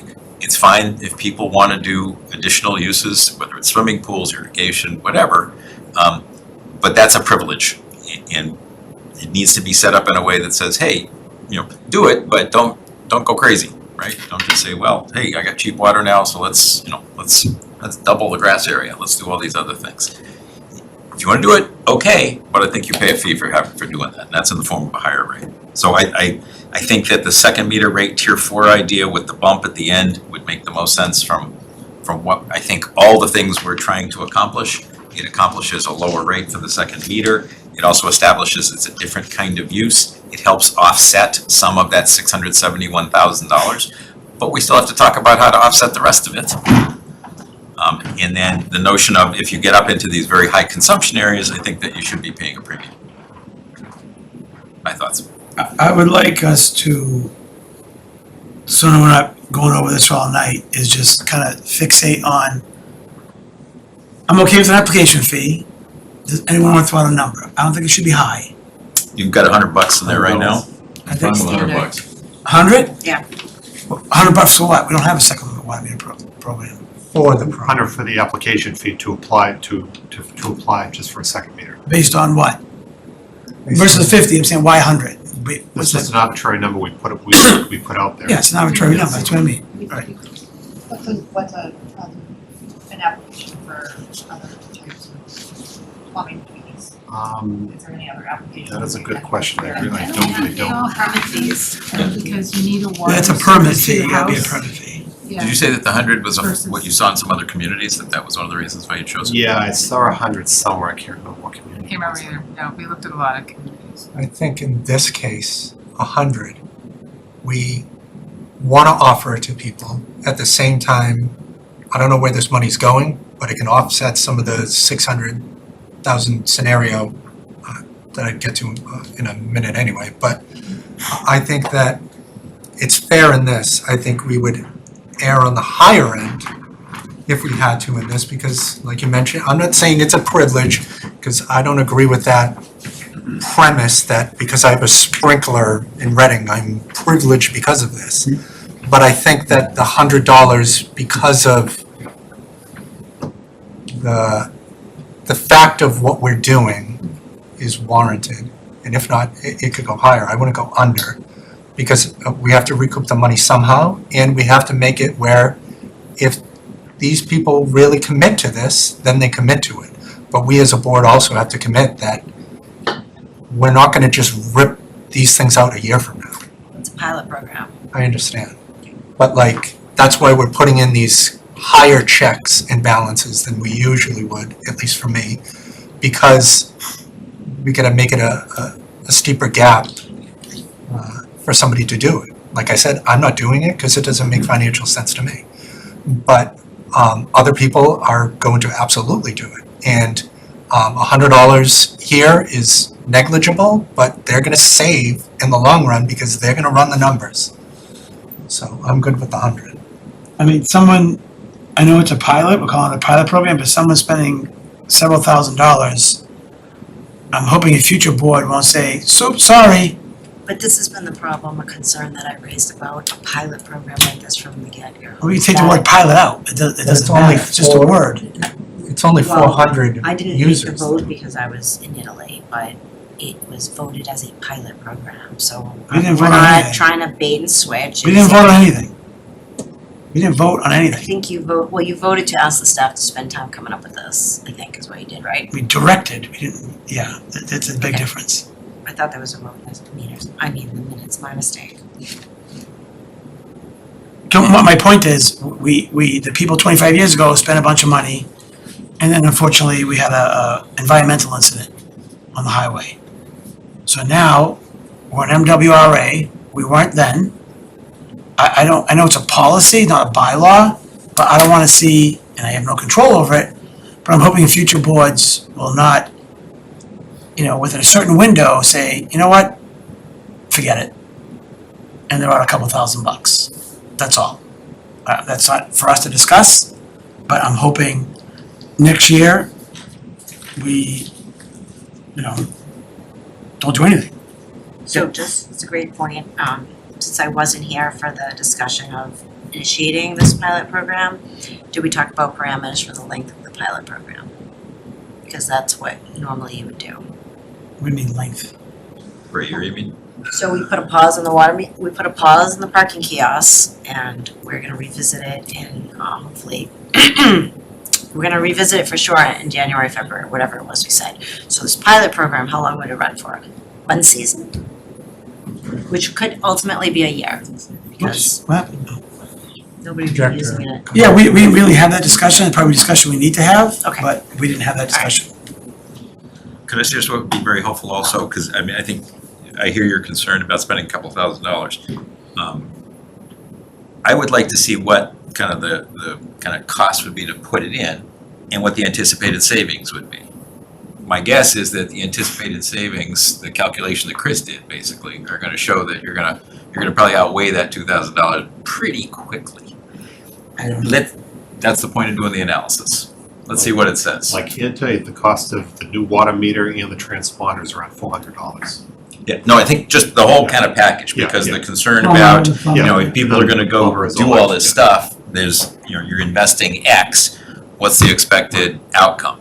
And fine to do it for the heavy users as a kind of starting point, because I think it's a reasonable guess that they're the ones most interested, because they can save the most. So what is it that happens? And let's see what the numbers turn out to be, because I have a feeling it's gonna be, the savings are gonna be higher than the cost very fast. Recouping the money. Recouping it, basically. Yeah. But let's see, right? Yeah. Instead of guessing, why don't we take a look? I think that'd be very helpful. So total cost to kind of do it from the homeowner's point of view, and the anticipated savings based on that kind of usage. And that's basically the calculation anybody's gonna do anyway, I hope. But you'd have to get that from someone who's willing to do it. Yeah, I think you can just talk to a plumber and just say, hey, if you're gonna do this, what would it cost? Then they'll give you a quote for that. We know the cost of the meter, the potential permit fees, pretty much what it's gonna be. Well, I mean, a lot of it is gonna vary too, because it's based on where the irrigation line may come into the basement. You Yeah. may have extensive amount of plumbing work, Yep. to do internally versus, not much at all. Yeah. So it's gonna, Yeah, that caveat in place, But that's okay. some kind of, expectation. I would just assume it's $1,000 for a plumber to walk into your door to do this. It's $1,000 for an electrician to come into your house to do a couple outlets.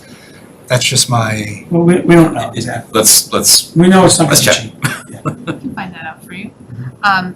Toward the fee, you had asked a question about Yeah. fees, right? So the minimum residential fee is $50. Most of the residential plumbing fees are $50 for, backflow preventer, sewer connection, residential boiler, heater, all of those things are about Yeah. $50. There is a lost permit fee, there's a late filing fee, there's a re-inspection fee, otherwise, things like that. Yeah. Those are all $50 or double the initial fee. So all those fees already exist in town, and we Yeah. want to seek to be congruent. I was gonna mention 50, I think 100 is a little excessive, I'm willing to split the difference, and I know we're not voting, but we're just talking.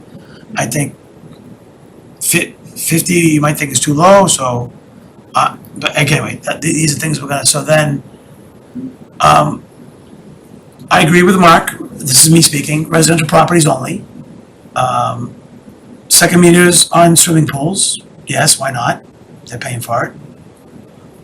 Should there be a penalty charge for non-canceling appointments? If we don't do that anywhere else, we shouldn't do it here. Unless, if we do it for a plumber, electrician, Yeah. building, then yes. If we don't, no, why are we gonna treat this differently? Tamper fee, yes, and out of season use fine. I think that makes sense. The amount, I have no idea. But I think this is a good start.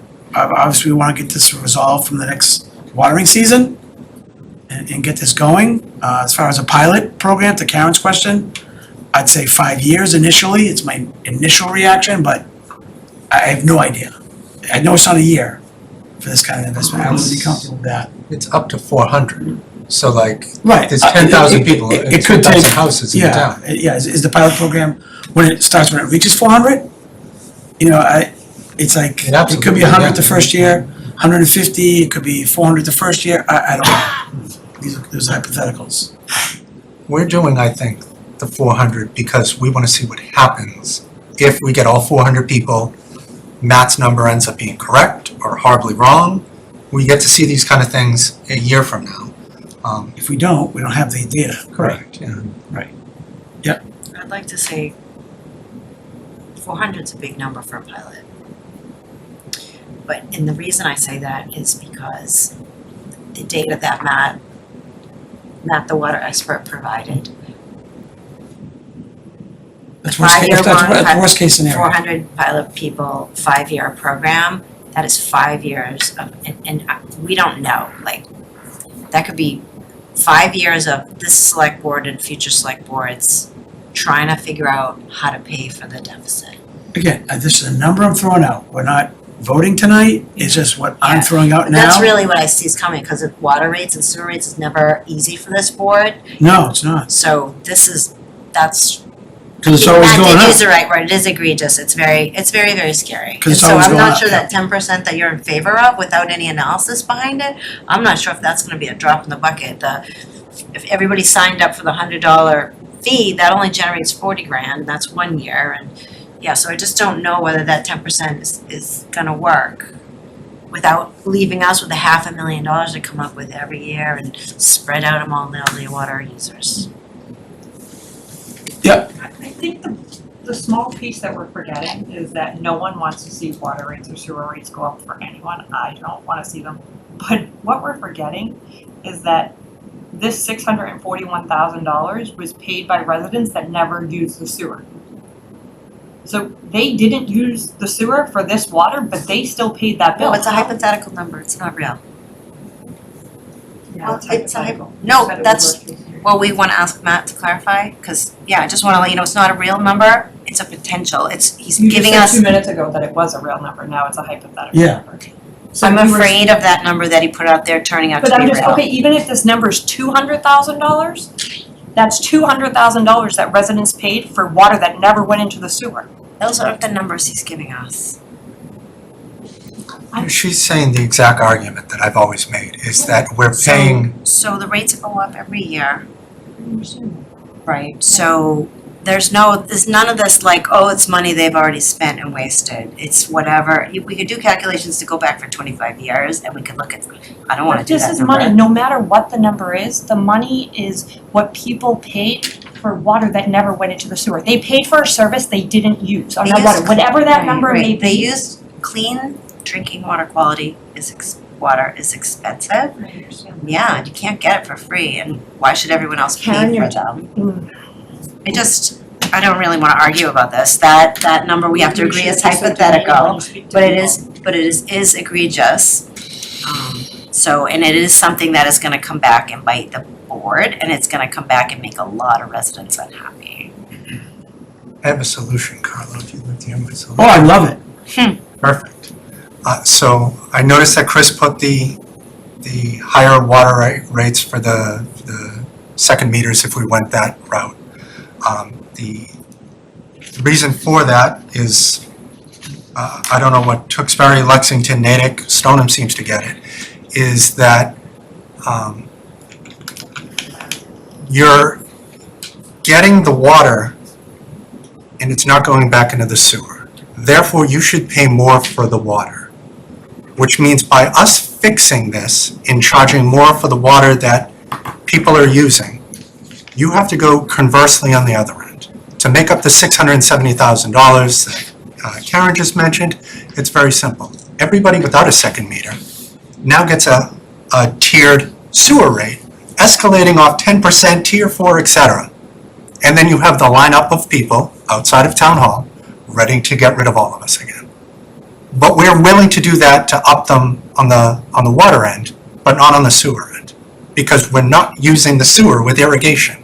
We shouldn't be charging people for using sewer with irrigation.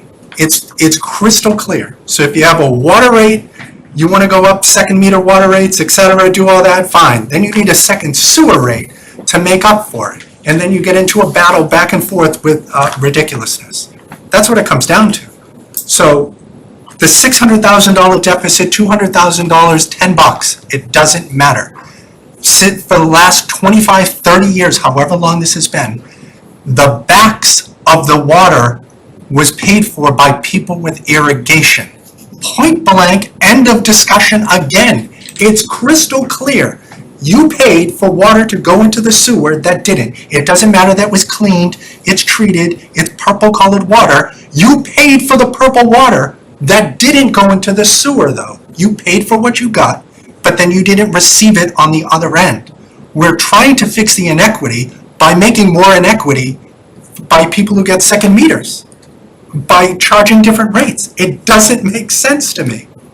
It just doesn't, and our rates are ridiculously high anyway, so like, we can't just do this stuff.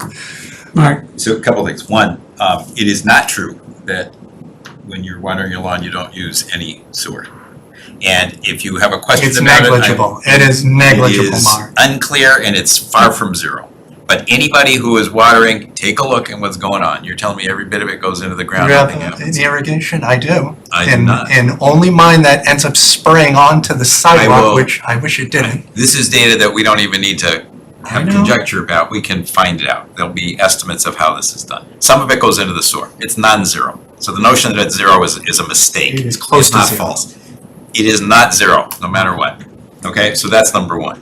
Number two is we have already agreed upon as a board, or a past board has, that tiers make sense in terms of using more water has a slightly increased cost on a tiered basis, meaning that everybody gets the same rate for the same amount of water. You use more, there's a next tier. You use more, there's a next tier. But everybody is kind of equivalent in terms of what's going on. So based on usage and different kinds of activities, you're using more, you're paying more for what you're using. The structure that most communities have also figured out is that you don't, Stoneham being an exception here, you don't charge the same rate.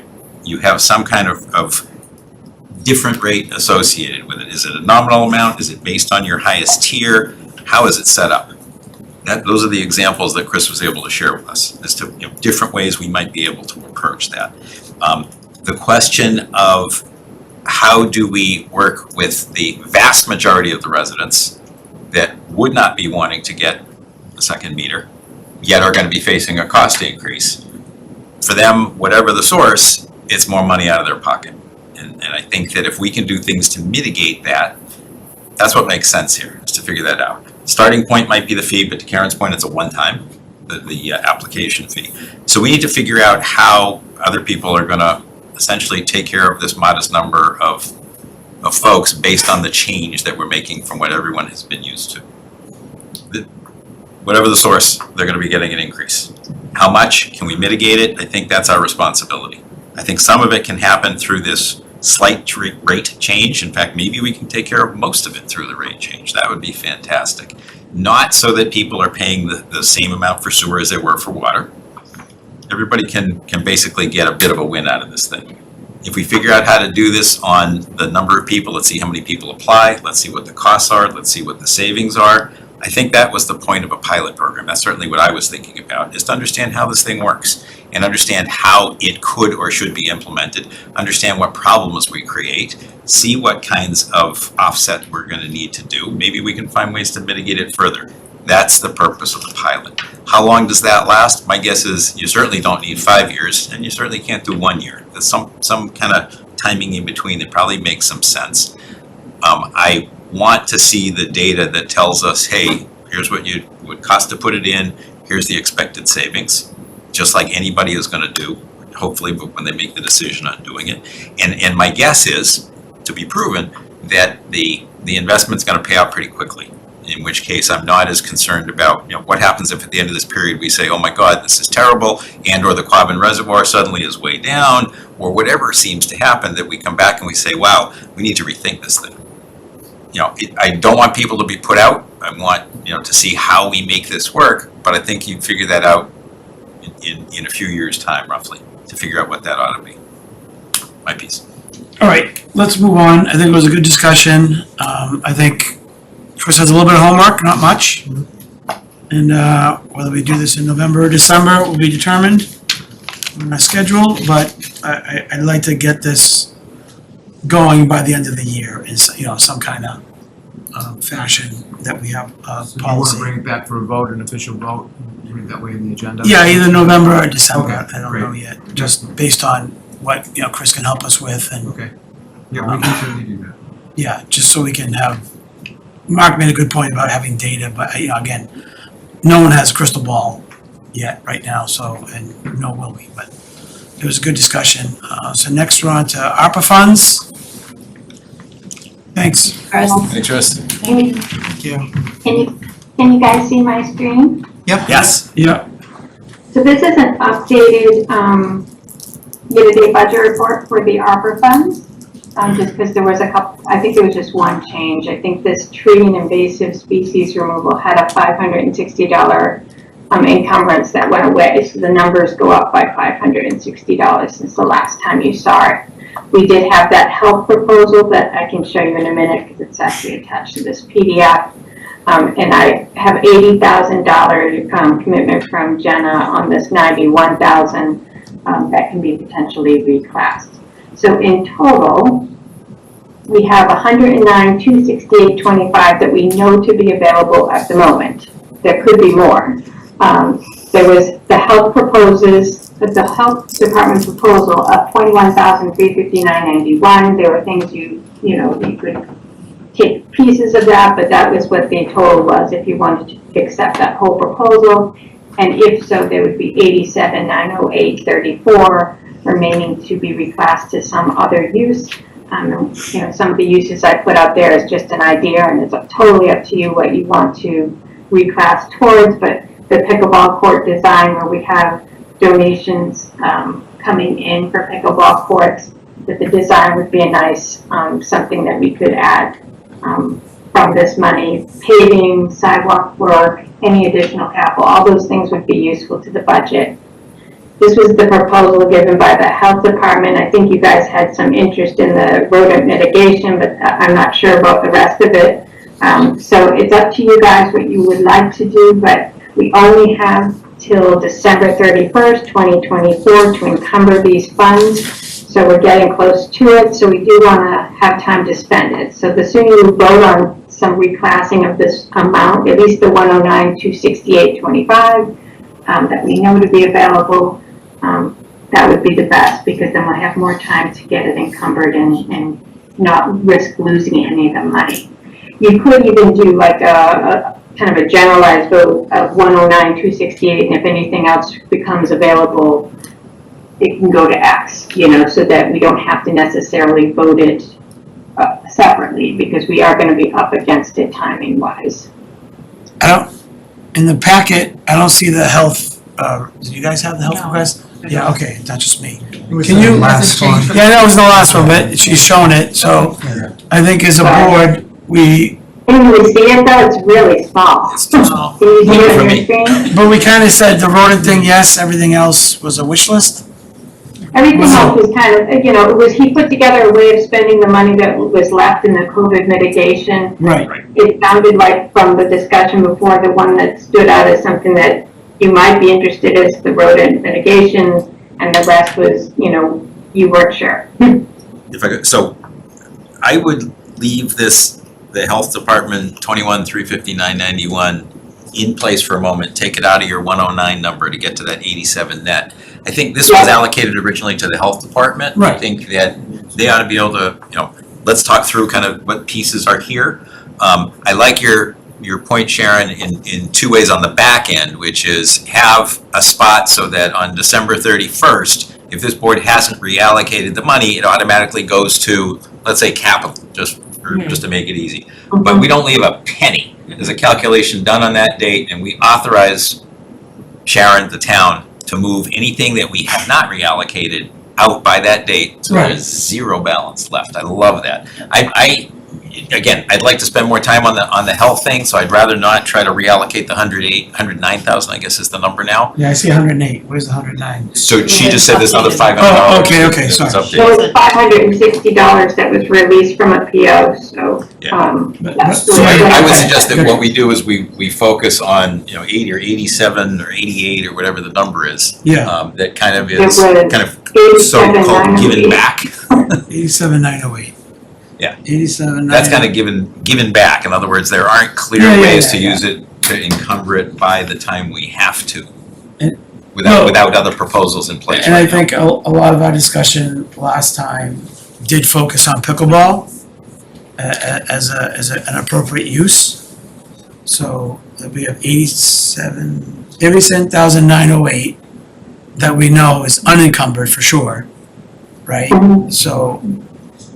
And no one within the current people who are allocated is chasing that right now. Correct. Right, so that's kind of. That's the clear really money. there. That's the clear money. Yeah, So and so following kind of on what you're saying, so, looking at these potential uses, obviously it's up to us. We created some categories that included capital, included, was it water and sewer? Where did we put the money to? The town resource came back. Yeah. Was it water and sewer? So we kind of allocated buckets of those already. So I kind of feel like we did those from an ARPA perspective. Yeah. So finding a new use for a town priority sounds to me like a really interesting idea. So to that point, I'd love to see a motion on pickleball court design. I know you would. Not only that, and just as a FYI, Council on Aging had a meeting recently, and they fully supported that as well. So, not to have a big discussion, we can discussion after the motion, but I'd like to see a motion to allocate the whole 100 and, what was it, 109 what again? It was 109, 268.25 if we do none of the health proposal. Okay, good, because that's the money we should allocate, right? That's how much needs to be allocated. Right, yes. 109, 268.25. And then do we do a separate vote for the 87,908? Or that's gonna be Oh, no, implied the by? total amount is the 109, 268. The 87, if you entertain the health proposal at 21,359.91, that's what would be remaining. Yeah, so how do we do the motion? If you were gonna do anything with health, it would affect the total of what you could do for pickleball, so you have to consider. So we're gonna have to- Last week made You wanna do for health. Yeah, so we're gonna have to have another discussion on the health, a future discussion. Right, so we could, just thinking out loud for a second, you could do a motion on the 109 and say that whatever of that we then choose to, so this is where it gets like hairy. I wonder if you want two motions. Yeah, probably So- two might be better. What if the board first got a sense and agreed upon, hey, tonight we want to allocate X? Correct. And then a second motion would be that we want to make sure that there's not a penny left. So that if in the event we don't reallocate another penny, then we're authorizing the town or Sharon to take any balance left over that wasn't otherwise reallocated and put it into X. So Sharon, you didn't call it a placeholder, but there's a place where it would go such that the town grabs it. Or it has to be you have to be able to encumber it, right? So you couldn't put it into general fund. You'd have to encumber it to a specific. We have to be able to either make a purchase by December 31st with a PO, not necessarily pay for it or take delivery, but actually order something or sign a contract by December 31st, 2024. That would be encumbering it, so. So if we said additional capital, would that work, or is that not specific enough? I mean, you could do additional capital, and I would just add it to the number that I have and select things off the capital plan that are, that are most needed, that could be afforded for the amount. So it could include things like paving, sidewalk work, et cetera? Yeah, exactly. Paving and sidewalk work are always going to be needed. I mean, you're going to see that for November town meeting, we had savings on debt and we had to do capital. I put a lot of it towards paving and sidewalk just because we're not getting as much paving and sidewalk work done with, the rates that are out there now. We're not, the streets are suffering. So that's a potential flexible bucket that would work I think if paving we and could sidewalk allocate is things definitely more a bucket. precisely. I could just throw that money in and know for sure that they'd use it. So we leave no penny gets left behind. Right. So I would suggest that we not decide the health piece yet, but rather say, hey, let's allocate the clear $88,000 now. Let's put on our agendas going forward, discussion of health and or if it's pieces of health or not health, what else we might do. And the second motion would relate to if for some reason we don't do it, or on December 31st at 11:59 PM, Sharon, you suddenly find X. You put it per vote of the board, it goes to capital. Okay. Yeah. Thanks, Carlo. My take on this is somewhat different-ish. So out of the 109,268.25, like I mentioned before, I'm not spending $20 on scissors for the health department. It's not happening again, at least for me. But the rodent mitigation absolutely should be happening. I know with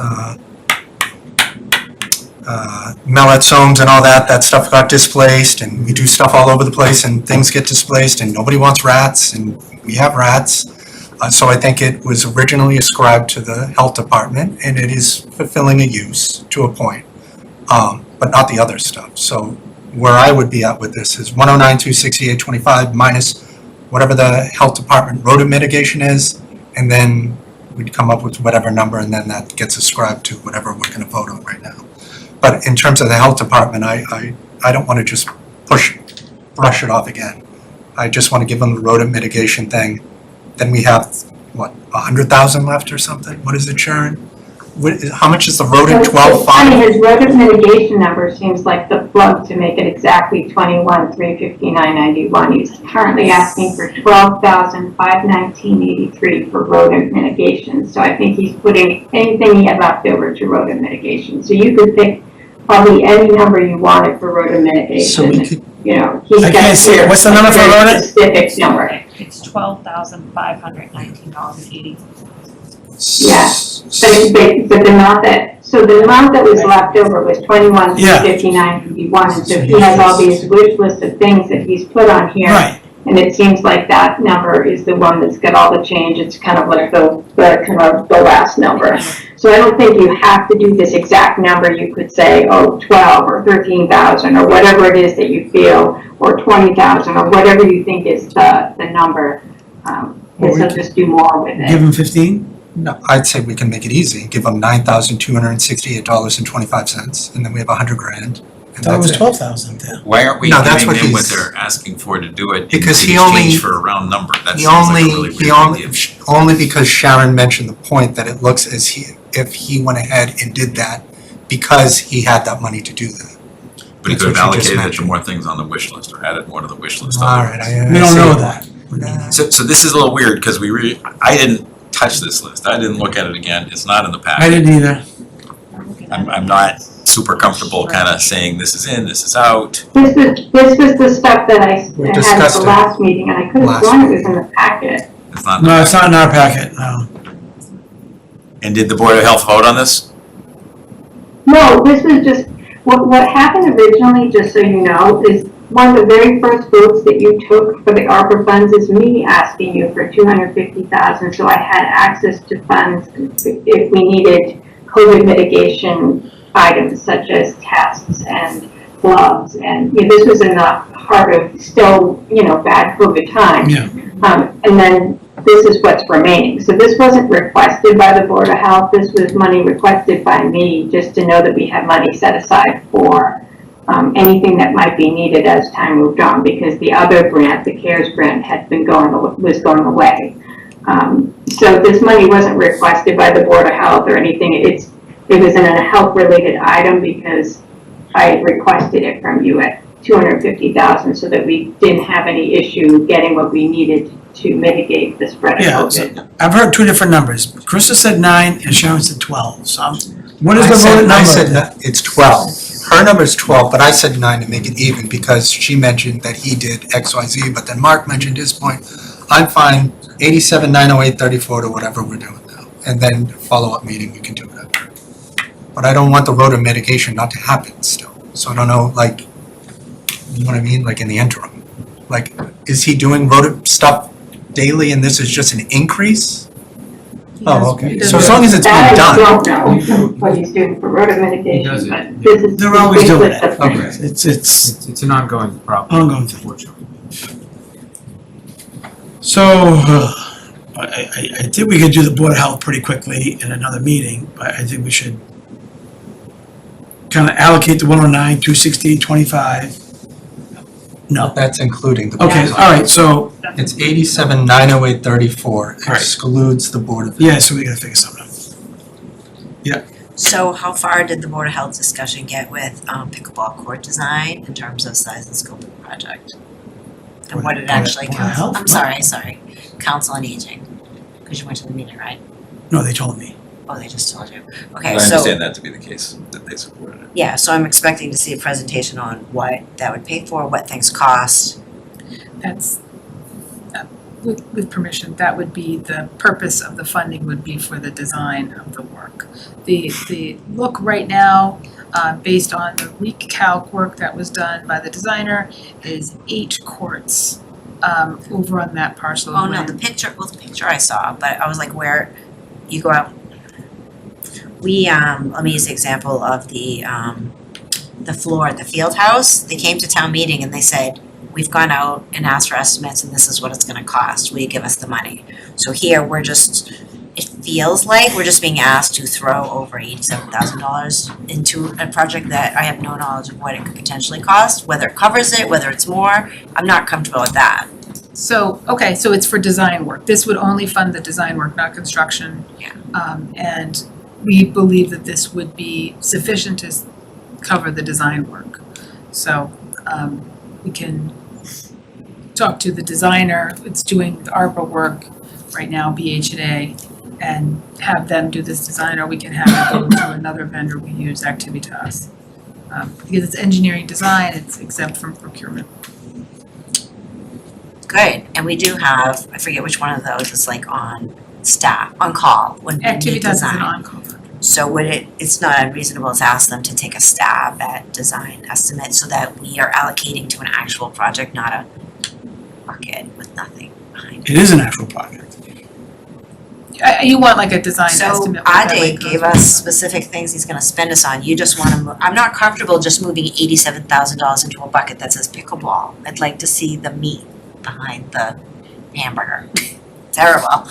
I'd like our, it's reasonable because we do it for all of our projects, that we have a professional, and I just used the floor at the field house example, give us an idea of what the estimated cost of this project would be. And then you're gonna know $87,000 isn't enough or it's too much. It may be that it's not enough, and I wanna know that now, because that also means that we're gonna have to find some funds from somewhere else to cover it. Don't you wanna know? Jane just said that it's gonna cover it though. Put it in My writing. question, Put it in writing. my question is, what if it ends up being 60 grand and we have 27 Yeah, left over? exactly. So have them put But something it's in still writing, covering, think it it's still through. covering it though. Sure, so a rule of thumb is that design costs 10% of what a project costs. So if our best estimate is that eight pickleball courts cost about $100,000 each, then we're in $800,000 to $1 million zone, depending on lighting. So that's why 87,000 fits very nicely into that number. That happens to be the case. Okay, so have they done that work on what a whole project would cost?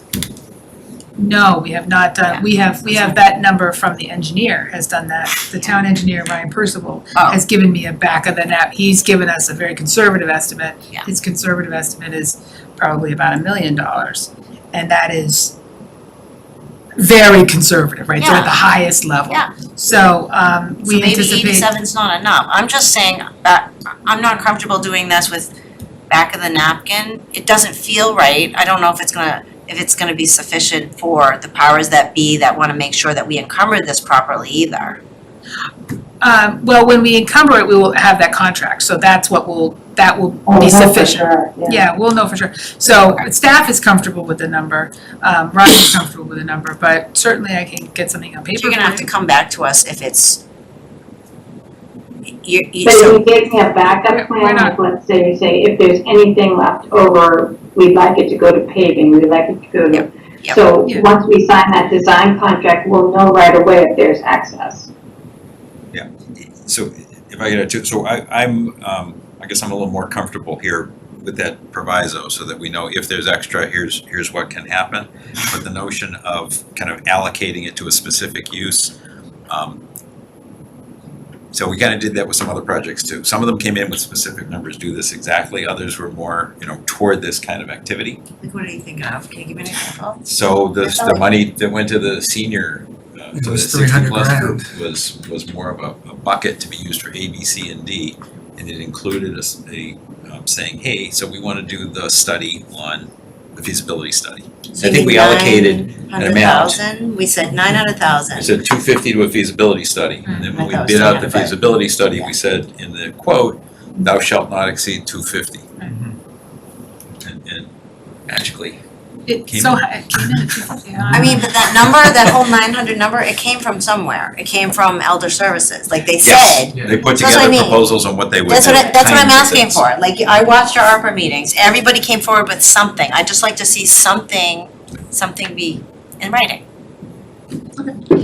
Yeah, the pickleball usage is congruent with the supplemental programming space that was under the ARPA. So we felt that the pickleball usage fit that very nicely. We allocated 1.5 to Birch Meadow before we had to go back and ask for more. I mean, yeah, it seems like the Birch Meadow allocation So- was fine. The slight difference here, this can't be this, if it turns out that the number is higher, this probably won't be the source of it, right, the ARPA funds, because there probably won't be more money available from ARPA to do Yeah, this. exactly. So it would have to be funded a different way or more accurately. Yeah.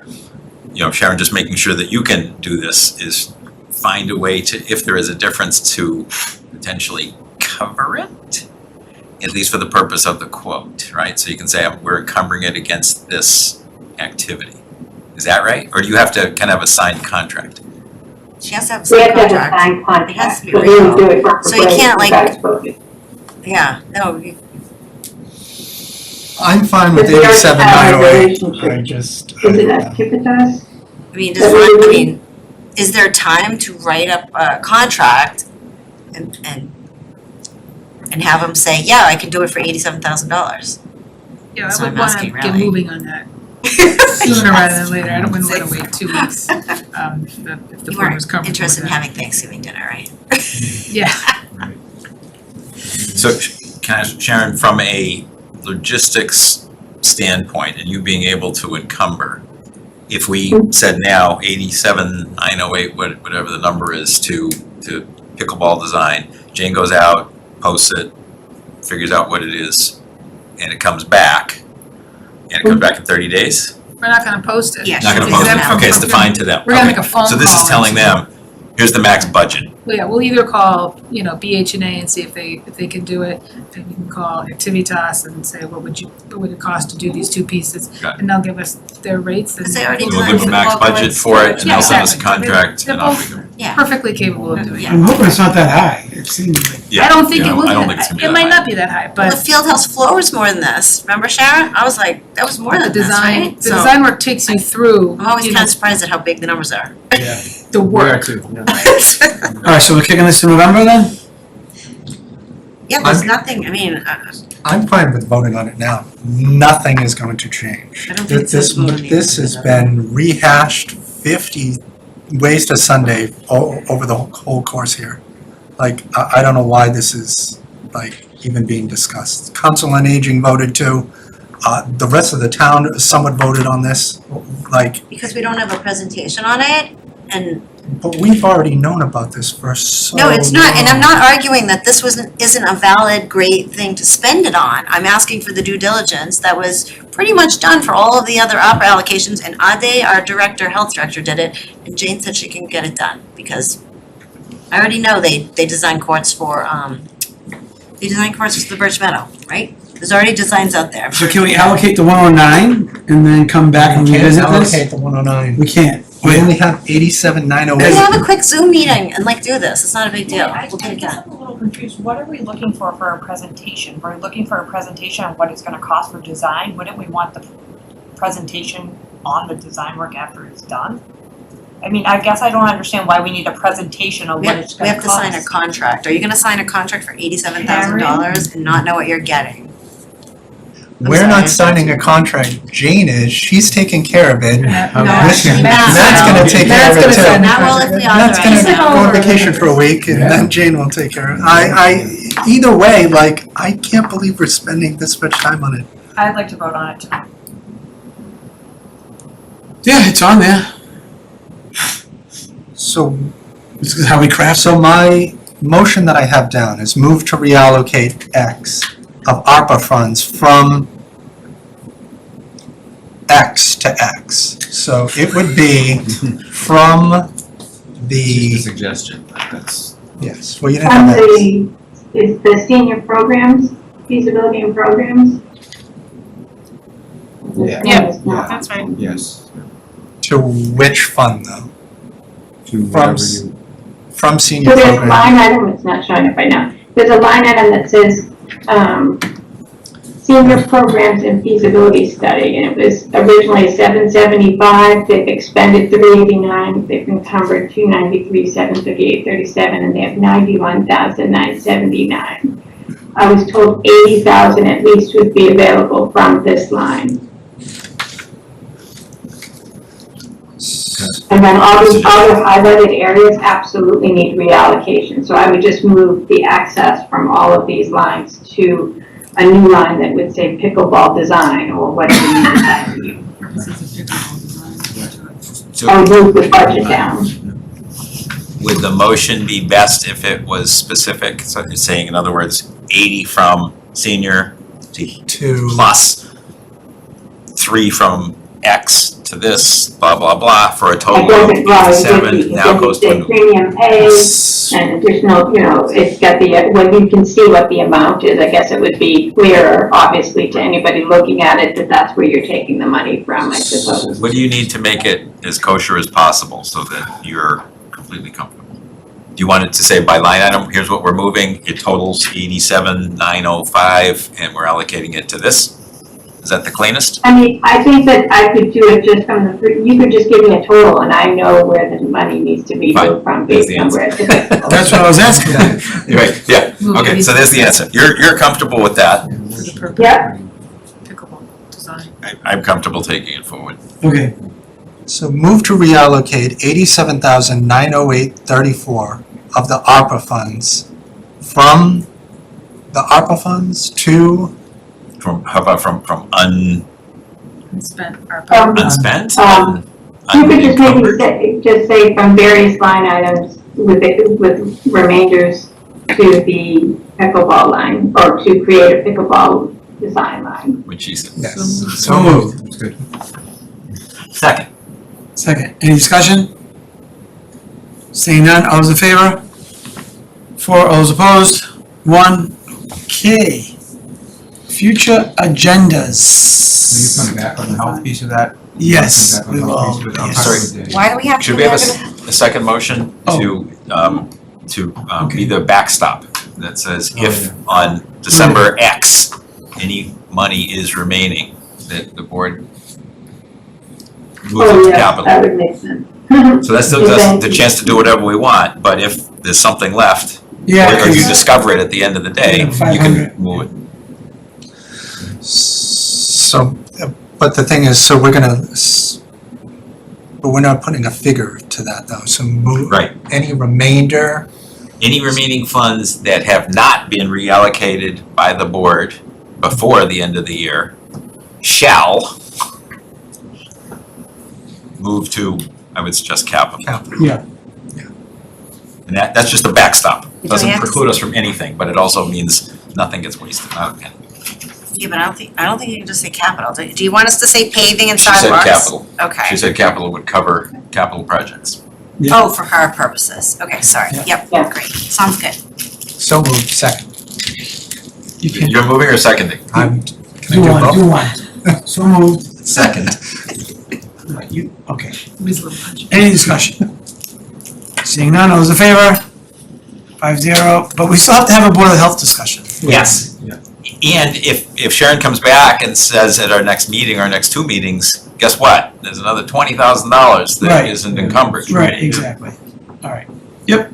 I'm a little unclear as to, we did see the Board of Health request in a prior packet, and we just voted like this new line item based on like nothing in our packet. Why is this a problem? Why wouldn't we just? We didn't agree on the Board of Health. We didn't really, we saw it, but we weren't comfortable with all the things that a day requested. We were all on board with the road.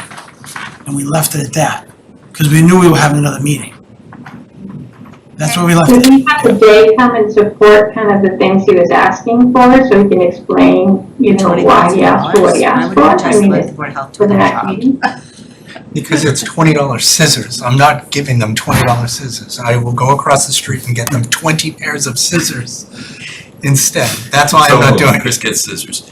Yes, thank So I'm sorry, Sharon, did you suggest, or if not, maybe I'm suggesting, So maybe if Ed you Day can join want, us? he could have the day come in and talk about how, different ways he could spend the money, or why he's asking for the specific items that he's asking for. And then you can make your decision based on that, because all I have is his proposal on paper. I would suggest that and to do the math right. Of why he needs Or if one thing over another, or. I think you already did that work. I don't If even have Chris- to. Chris's only It could be concern all is of this- it, if you want it, I guess. If you're only concerned in the scissors, could you take it offline and just verify? He's probably No, gonna, it's, probably a it's, good it's reason. a lot of items on there Could you that take I it understand offline? that the government likes to spend in there. They have to do it a Yeah, certain way as There's a lot opposed of to me. incidentals on there. Could we just move this to the Yeah. next meeting as a specific Yeah. discussion? Yeah. And we can decide Yeah. yes, this, no, that, or All right, future agendas. I have November mostly lined up. So, I guess a couple of things. So I guess I thought we were gonna do Pleasant Street tonight. I think there needs to be a second meeting for December 3rd probably, so that if there are specific proposals that come out of our discussion on the 19th, we could vote on them. Yeah, we can, On the 3rd. that's So I'd suggest we add that as a line item for 3rd? for the 3rd. Yeah. Also for the 3rd, I believe that the PVC will be able to present. I'm just saying, wait, do you have it here? So the update on November 19th. We have update from PBC, update. So can I leave it there, and then after this Monday's meeting, see if that makes sense, or if it makes sense to move it to the next meeting? Because I think that they will, by the end of November, be able to say, select board, here's our recommendation agreed to by A, B, C, and D. Right, On because site. we need to pick a site, the 5 of us. Right, yeah, so I think based on, I just don't know that the November 19th, they'll be done with their work. no, yeah, that's fine. I'm Okay. not saying it would be. It Yeah. just says update. Yeah. Okay, and so in that case, can we add just a placeholder for December 3rd for vote on site recommendation? Well, we need a formal presentation Yes, by the OPM. yes. Right. Yeah, we have the 3rd and the 10th open right now, if needed. So, I'm okay with the 3rd, that's fine. Anyone else? Or anything else? So I talked to Ivrea this week about an executive, she wanted to do an executive session. It has to be done, I guess, before the 15th regarding a litigation matter that you're aware of. So, yeah, 15th of November, I guess. Okay. And so she said it could be a quick Zoom meeting during the day, at night, or whatever. That's fine. But could I work up with you on scheduling Yeah, that? I just yeah. didn't want it to be a surprise and not No. come up. We'll work on that, could be before one of the town meetings or a different night. It could be that, yeah. So Yeah. whatever, I'll send an email and, Okay. do it forward. All right, that's fine. Okay. One quick comment, just, I don't know if this is meant to be the order for that meeting or it's just a list of things for the meeting, but I think you definitely want to hear from the PBC on the site findings before Yep. we do any other activities related. Or the to environmental. site. Simon's Yeah. Way. So maybe just flipping the order of what you got here. Wait a minute. So right now it says discuss and vote on Simon's Way land for pickleball. Oh, yeah, And it right, says no, two that's items just later. a list, right, yeah, correct. We'll reverse that, or Thank you. put it in a better order, yes, that's not, we discussed that last time. Because we were gonna do Yes. Simon's Way last time, and then it made sense to do them together, right? Yes. That's fine, yep, no problem there. Anyone else, anything else? I have a designee appointment on there. Are we going to have VASC? Yeah, I was gonna say, we're gonna have to VASC either the 19th or the 3rd. Has anything, I was out of pocket for a week, has anything been posted for openings for VASC? I think there was a call for volunteers, I'm not sure. Caitlin? Yes. Right. What do you mean postings for what? We always have everything posted. Open position, any new open positions on boards? Is that what you're No, the 20-day windows for, notifying us that we were planning to have VASC interviews in early November. Yeah, that hasn't been posted yet, then we can't do that until it's been up there. I don't understand what you mean. Every vacancy that we have has been posted for a long time. People don't apply. No, are you saying there's a 20-day window before we can have a VAS meeting? No, that's, if you, I think what Karen is trying to get at is the whole ACE committee scenario thing, but that got advertised a month ago or something, so as long as we did that, then you're good in the future. That's closing in a couple of days. Yeah. That's I closing. think it's closing November 1, and there are 5 applicants so far. Okay, so have we Great. published that the VASC will be meeting on a certain date and that we will be looking to review applications for all of these positions and they need to be received by a certain date? Have we posted anything like that to the community? Only the ACE committee has a deadline on it right now. The other ones are rolling, and they come in. We can certainly post some tomorrow. But it sounds like folks should come up with a date first. We already went back and Okay. forth about this weeks ago, and I So thought we there- had is a there a date date? in early November. So I have to go back and check my notes. The only one I So we have can- is for the ACE committee, because that was brand new staffing up. So is that more an issue then of the folks who have applied to let them know that this is when the interviews are gonna be? Because they've been posted for a while. Yes, so doesn't the VASC need to post? I don't know, I just wanna, VASC only needs 48 hours like every other board. Yeah, I mean, we try to do longer than that when we reach out to applicants, but, I think, cause we have the ACE applications open until, I believe Friday, right, Jane, or tomorrow? End of the week, end of the month. End of the week, yeah, so, So and we have received a few this week. okay, so we wanted to have a deadline for other postings. If we're gonna interview other postings, other openings as well, we wanna have a deadline for them. Sure, we can do that. Yeah. Caitlin, we haven't received any other applications for open boards, correct? No, not recently. Bylaw committee, but that's not a vast board, so. Well, we've had that application for a while. I mean, I'm still available next week to do a 48-hour VASC meeting to handle the 8 applicants, but it seems like we're not gonna be able to address the other openings. We could try, but it doesn't feel like it's very orderly. There is a couple, and I Is there? think we discussed having 2 meetings. One next week and one the following. Yep, I thought we had a date finalized and We advertised. didn't, we did not. If the applicants can't do the date, how's that gonna work? That's why I said we had Yeah, 2 dates. 2 dates, right. Okay. So let us know the final date. And we'll get things done. So I think what Karen was suggesting, I'm not putting words in her mouth, is that we want a call for volunteers for any open boards and committees to apply ASAP. Yeah, Right? but there's no legal requirement. No legal Right. requirement, right. No, but they do it now, otherwise Yeah. it's not till the next. Not to the next cycle, right, right. Yep. That's what you're kind of suggesting? Mhm. Right, Okay. okay. All right, so we'll put on, then, so the 19th, we have a designee. And then we'll put, because the interviews will be kind of over for everything potentially, right? Then we'll add a line item to the, after the designees to appoint, a placeholder for any other boards and committees to vote on from VASC. Okay, anything else? Can I ask you a question? I'm just not clear for a second. So for the 19th, you folks, VASC, will have met. We can try. We think. Okay, and you've Yeah, interviewed the We can try. candidates. I think placeholder's a good idea. Right. And then, Wait so a there minute. are 5 people that have applied so far, we know, right? Right. But hang on, it's town meeting is all in there. Not That's next why we were week. trying to get it done the first week in November, and it hasn't. We Town haven't meeting on really. the 12th. We discussed the 7th and the 13th Right. Oh, in our last email. Well, that's what I had said. Yep. Available, you said. Yep.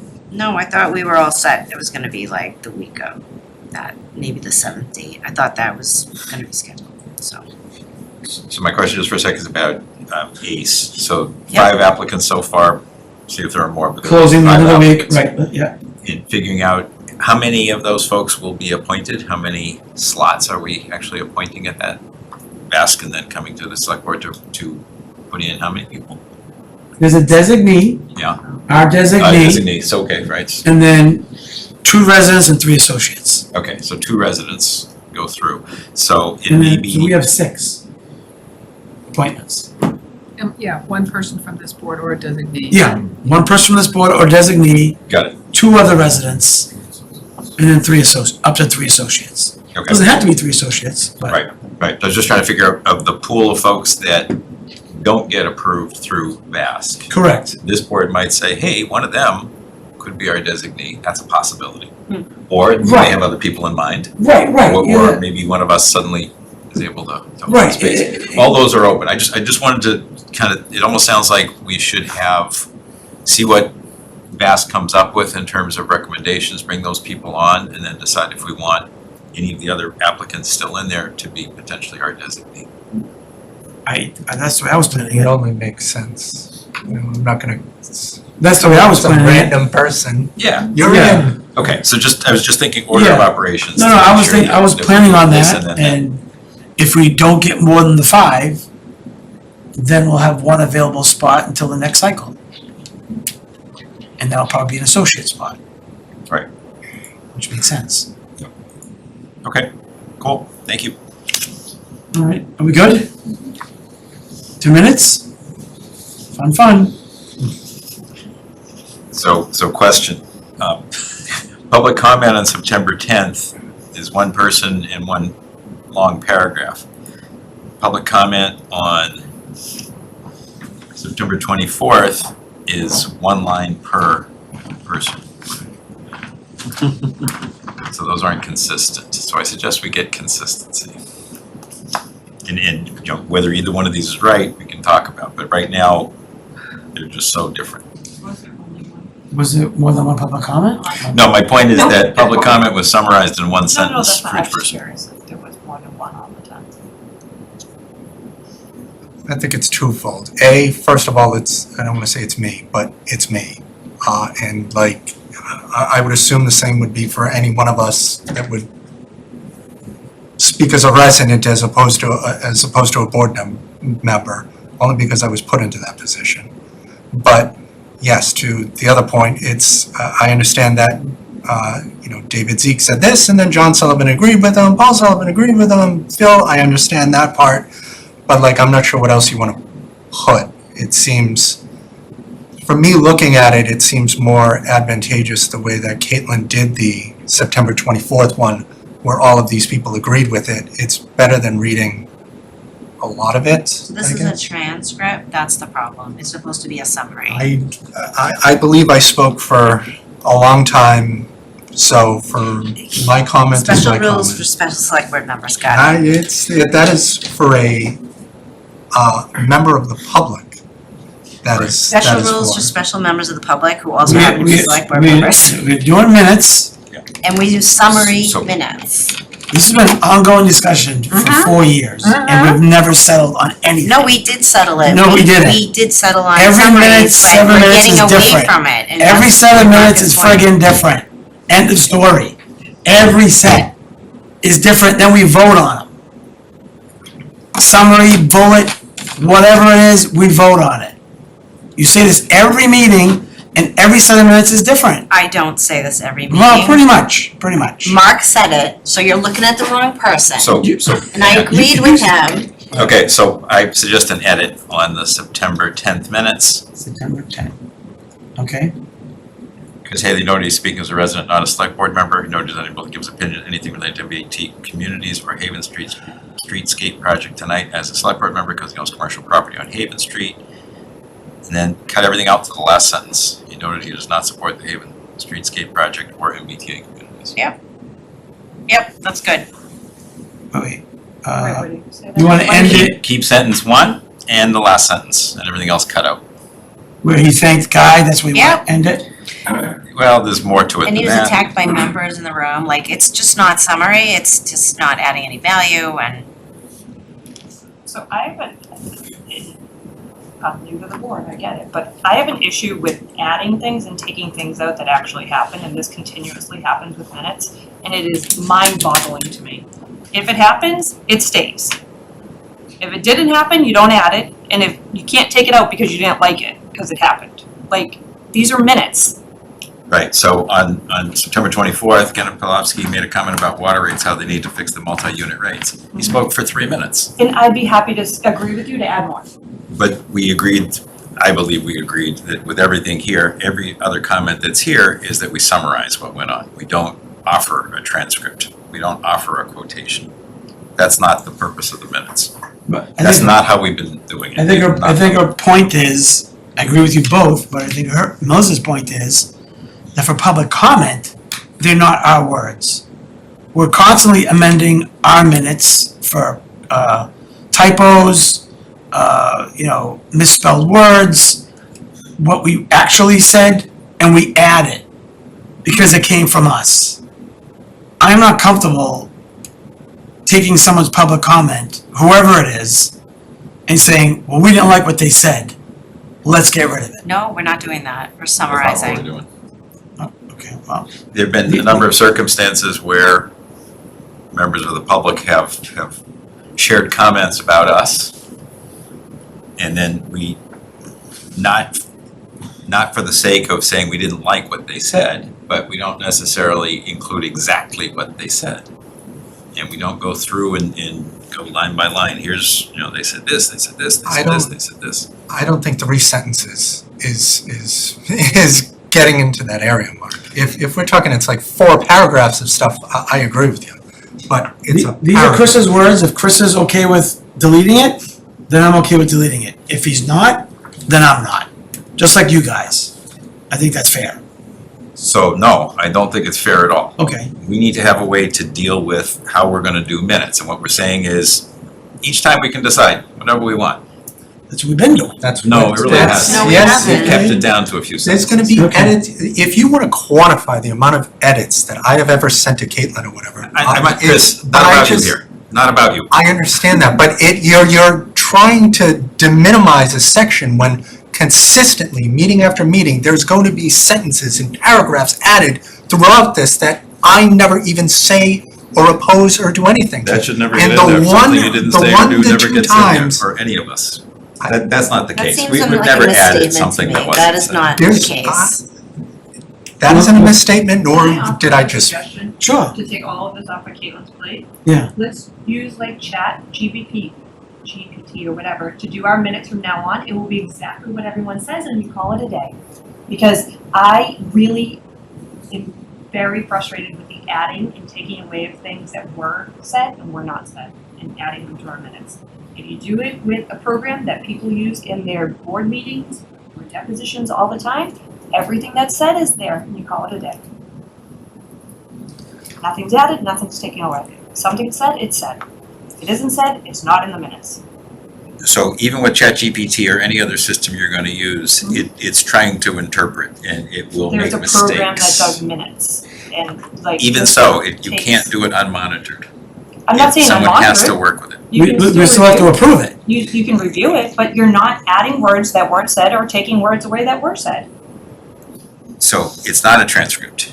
We've agreed it's not a transcript. It We should don't be. want a transcript. It shouldn't be a transcript. We spent many, many, We have many 4-hour meetings. meetings. A transcript's gonna be 50 pages. But then it allows residents to go back and search for things. So that's not the purpose of minutes as defined by the open meeting law. That's not what it is. but at the. Check the open meeting law. That's specifically what it says. At the same time, if I was trying to add this myself, I could agree with you, Mark.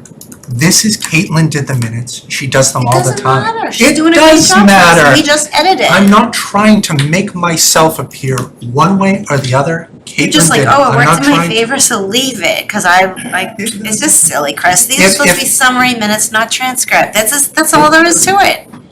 It's not a transcript. Mark made one request, and again, if you insist on all of that going there, I still have the edits, cause this is our second crack at these particular meeting minutes, and my obnoxious transcript stuff is going in there too.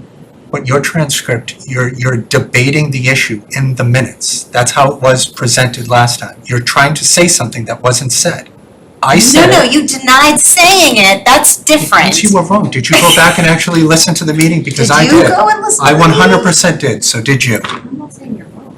I'm just saying we'd be improving our minutes and improving our open law. Yeah, you said you wanna watch the video. I'm not saying you're wrong. Well, I'm busy. So you didn't watch the video and you No, want to still I add it watched even other though, videos. oh my God. God, oh my God. So you want to So- still add it, not having checked to Chris, see that I was actually correct. You about it. attacked me for being I in the didn't meeting attack you. to the point where the chair You- said in the So here- meeting, you're mistaken, You're- Chris. you- The chair does okay. not say Where's that unless you're wrong. And that's You- 2 against 1, so He you're did wrong. not say that either, Karen. Yes, he You're did. misconstruing the exact scenario. He said, Karen, he's talking about the most recent meeting. And the words out of your mouth were, This I is attended the not most summary. recent This CPDC is meeting. insane. I This think, is a waste if of we're gonna government do, if we're gonna do the resources. meetings, the minutes for the 10th, we have to agree on one thing right now, and then we're gonna vote, because we're gonna be here all friggin' night.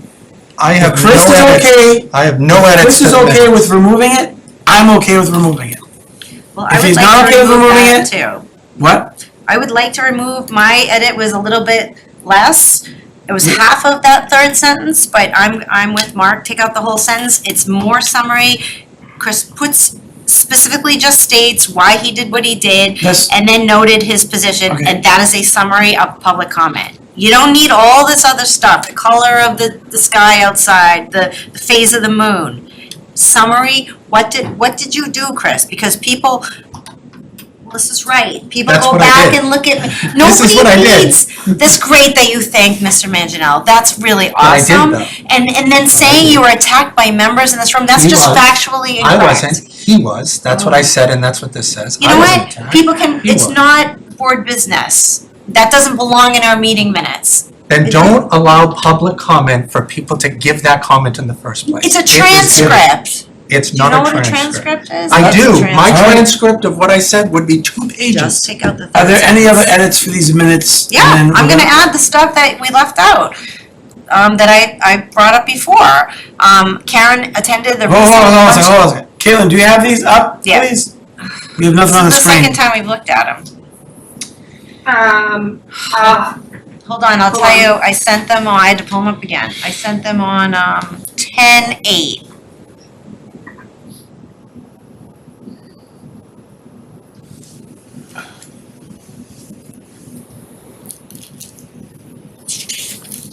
When meeting minutes, and Caitlin was like being really edited for a while. That was my observation, and not in a bad way. It is easier to get our minutes approved when they say less. It's what topic was discussed, if there are dissenting votes, why did the person dissent, that's fine, a statement.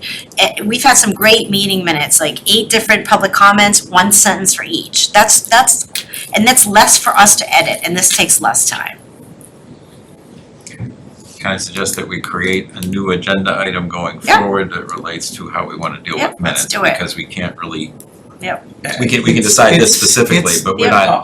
Honestly, It's never gonna change. It doesn't matter. It's next meeting, it's gonna be something else for somebody else. Just find best practices and then I let's agree on it. understand best practice for me, personally, is whatever Caitlin puts, unless it's, can we get rid of the green Weird. again? I can't read that for you. for me, whatever Caitlin comes up with is what she comes up with. I'm not sending her No, stuff to it's put not. in, except, but Caitlin's not in the she's, spot of having to make the decision. That's not. she is, she's the one No, that, she's not. well, yeah, you She can reads it say only that. to us. It's our job. Okay, It's well, not Caitlin's She job. does the heavy lift, and we're just supposed to make any little corrections. Right. correct, and So that's. Karen wants to add whatever that says in green, which I have no idea. On the Yeah, topic we of go- historic. how about red or some other- Sorry. Yeah, she did Blue this or last something. time. the light green, like a purple or something? It's a PDF, I can't change it. Oh. What if I highlight it? Does that make it better? No. Makes it worse.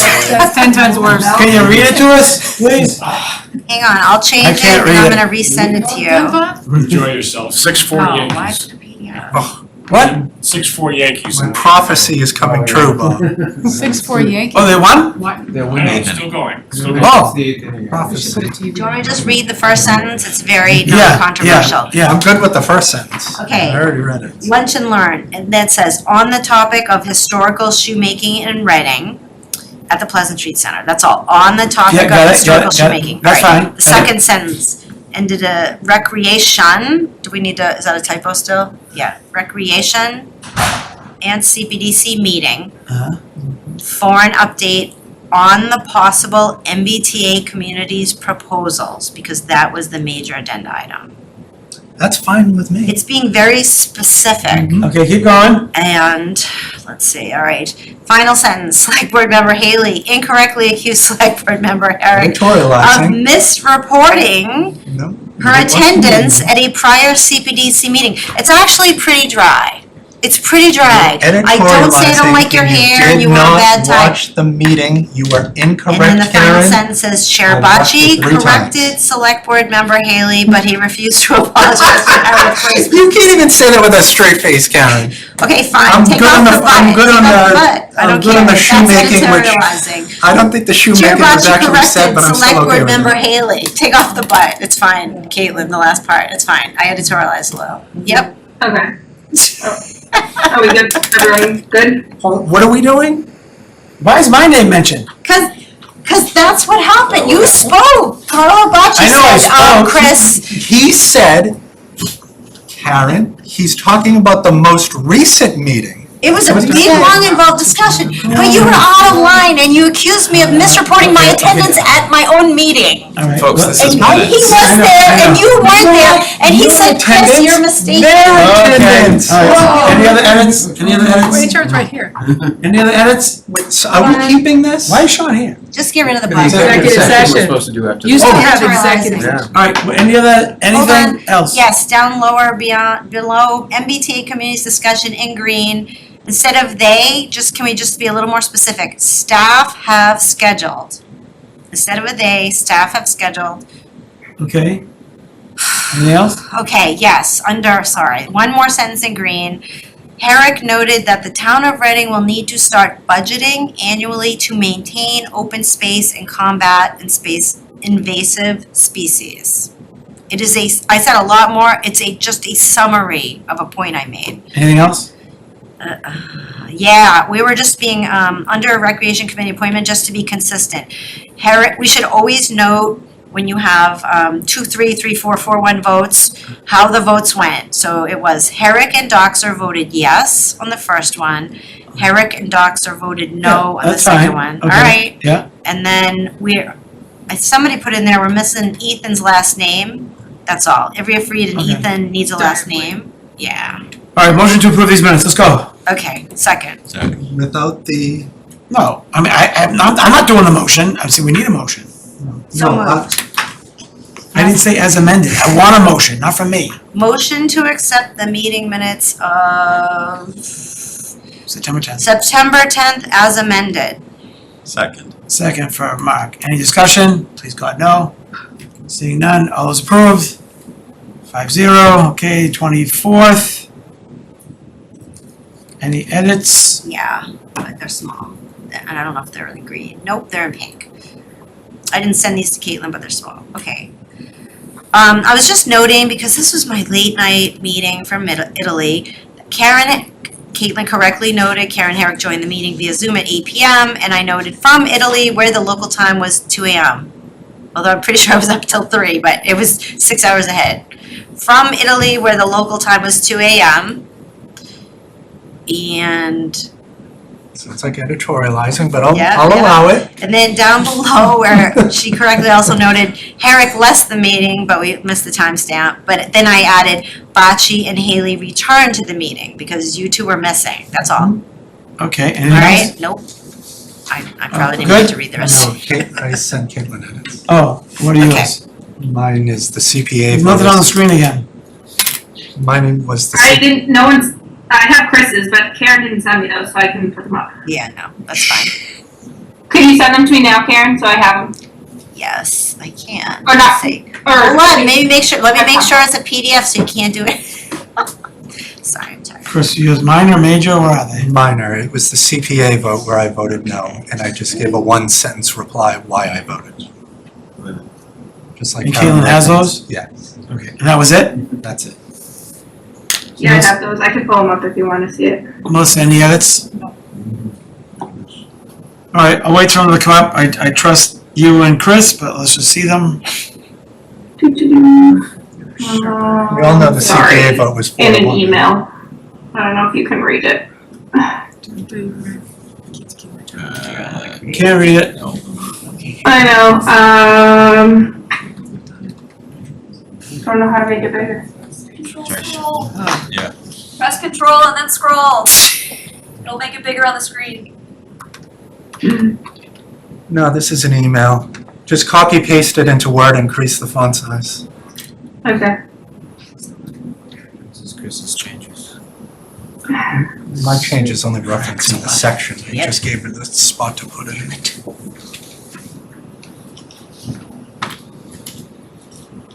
Sorry, Sean. I thought you just wanted to be with us. I totally forgot about executive session. Executive session.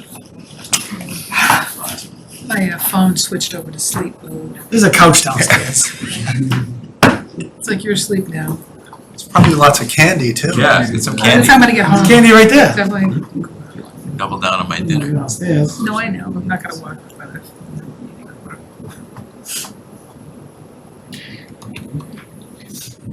All right, here we go.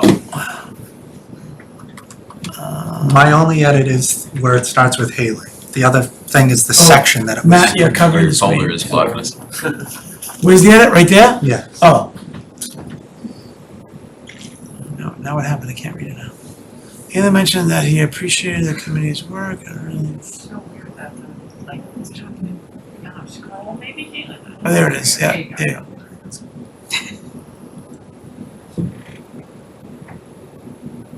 You really want that in there? Yeah. CPA is the.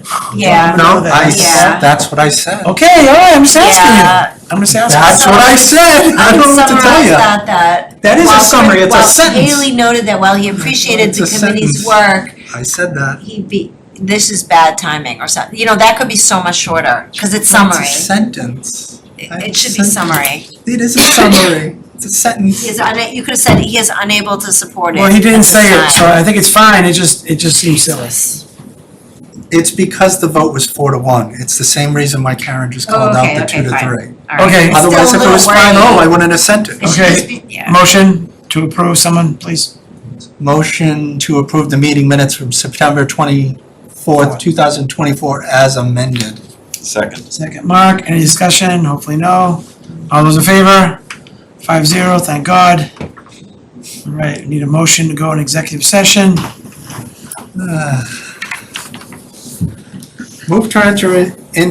Move to enter an executive session under Purpose 3 to discuss strategy with respect to collective bargaining with the facilities union, as an open session may have a detrimental effect on the bargaining position of the select board, and to invite into the executive session Town Manager Matt Cornelis, Town Accountant Sharon Angstrom, Human Resources Director Sean Donahue, Facilities Director Joe Bunkins, and Executive Assistant Caitlin Nocella, and not return to open session. Second. Second. All right, we're going to do a roll call vote. Melissa? Mark? Yes. Karen? Yes. Chris? Yes. Carlo, yes. All right, who is gonna be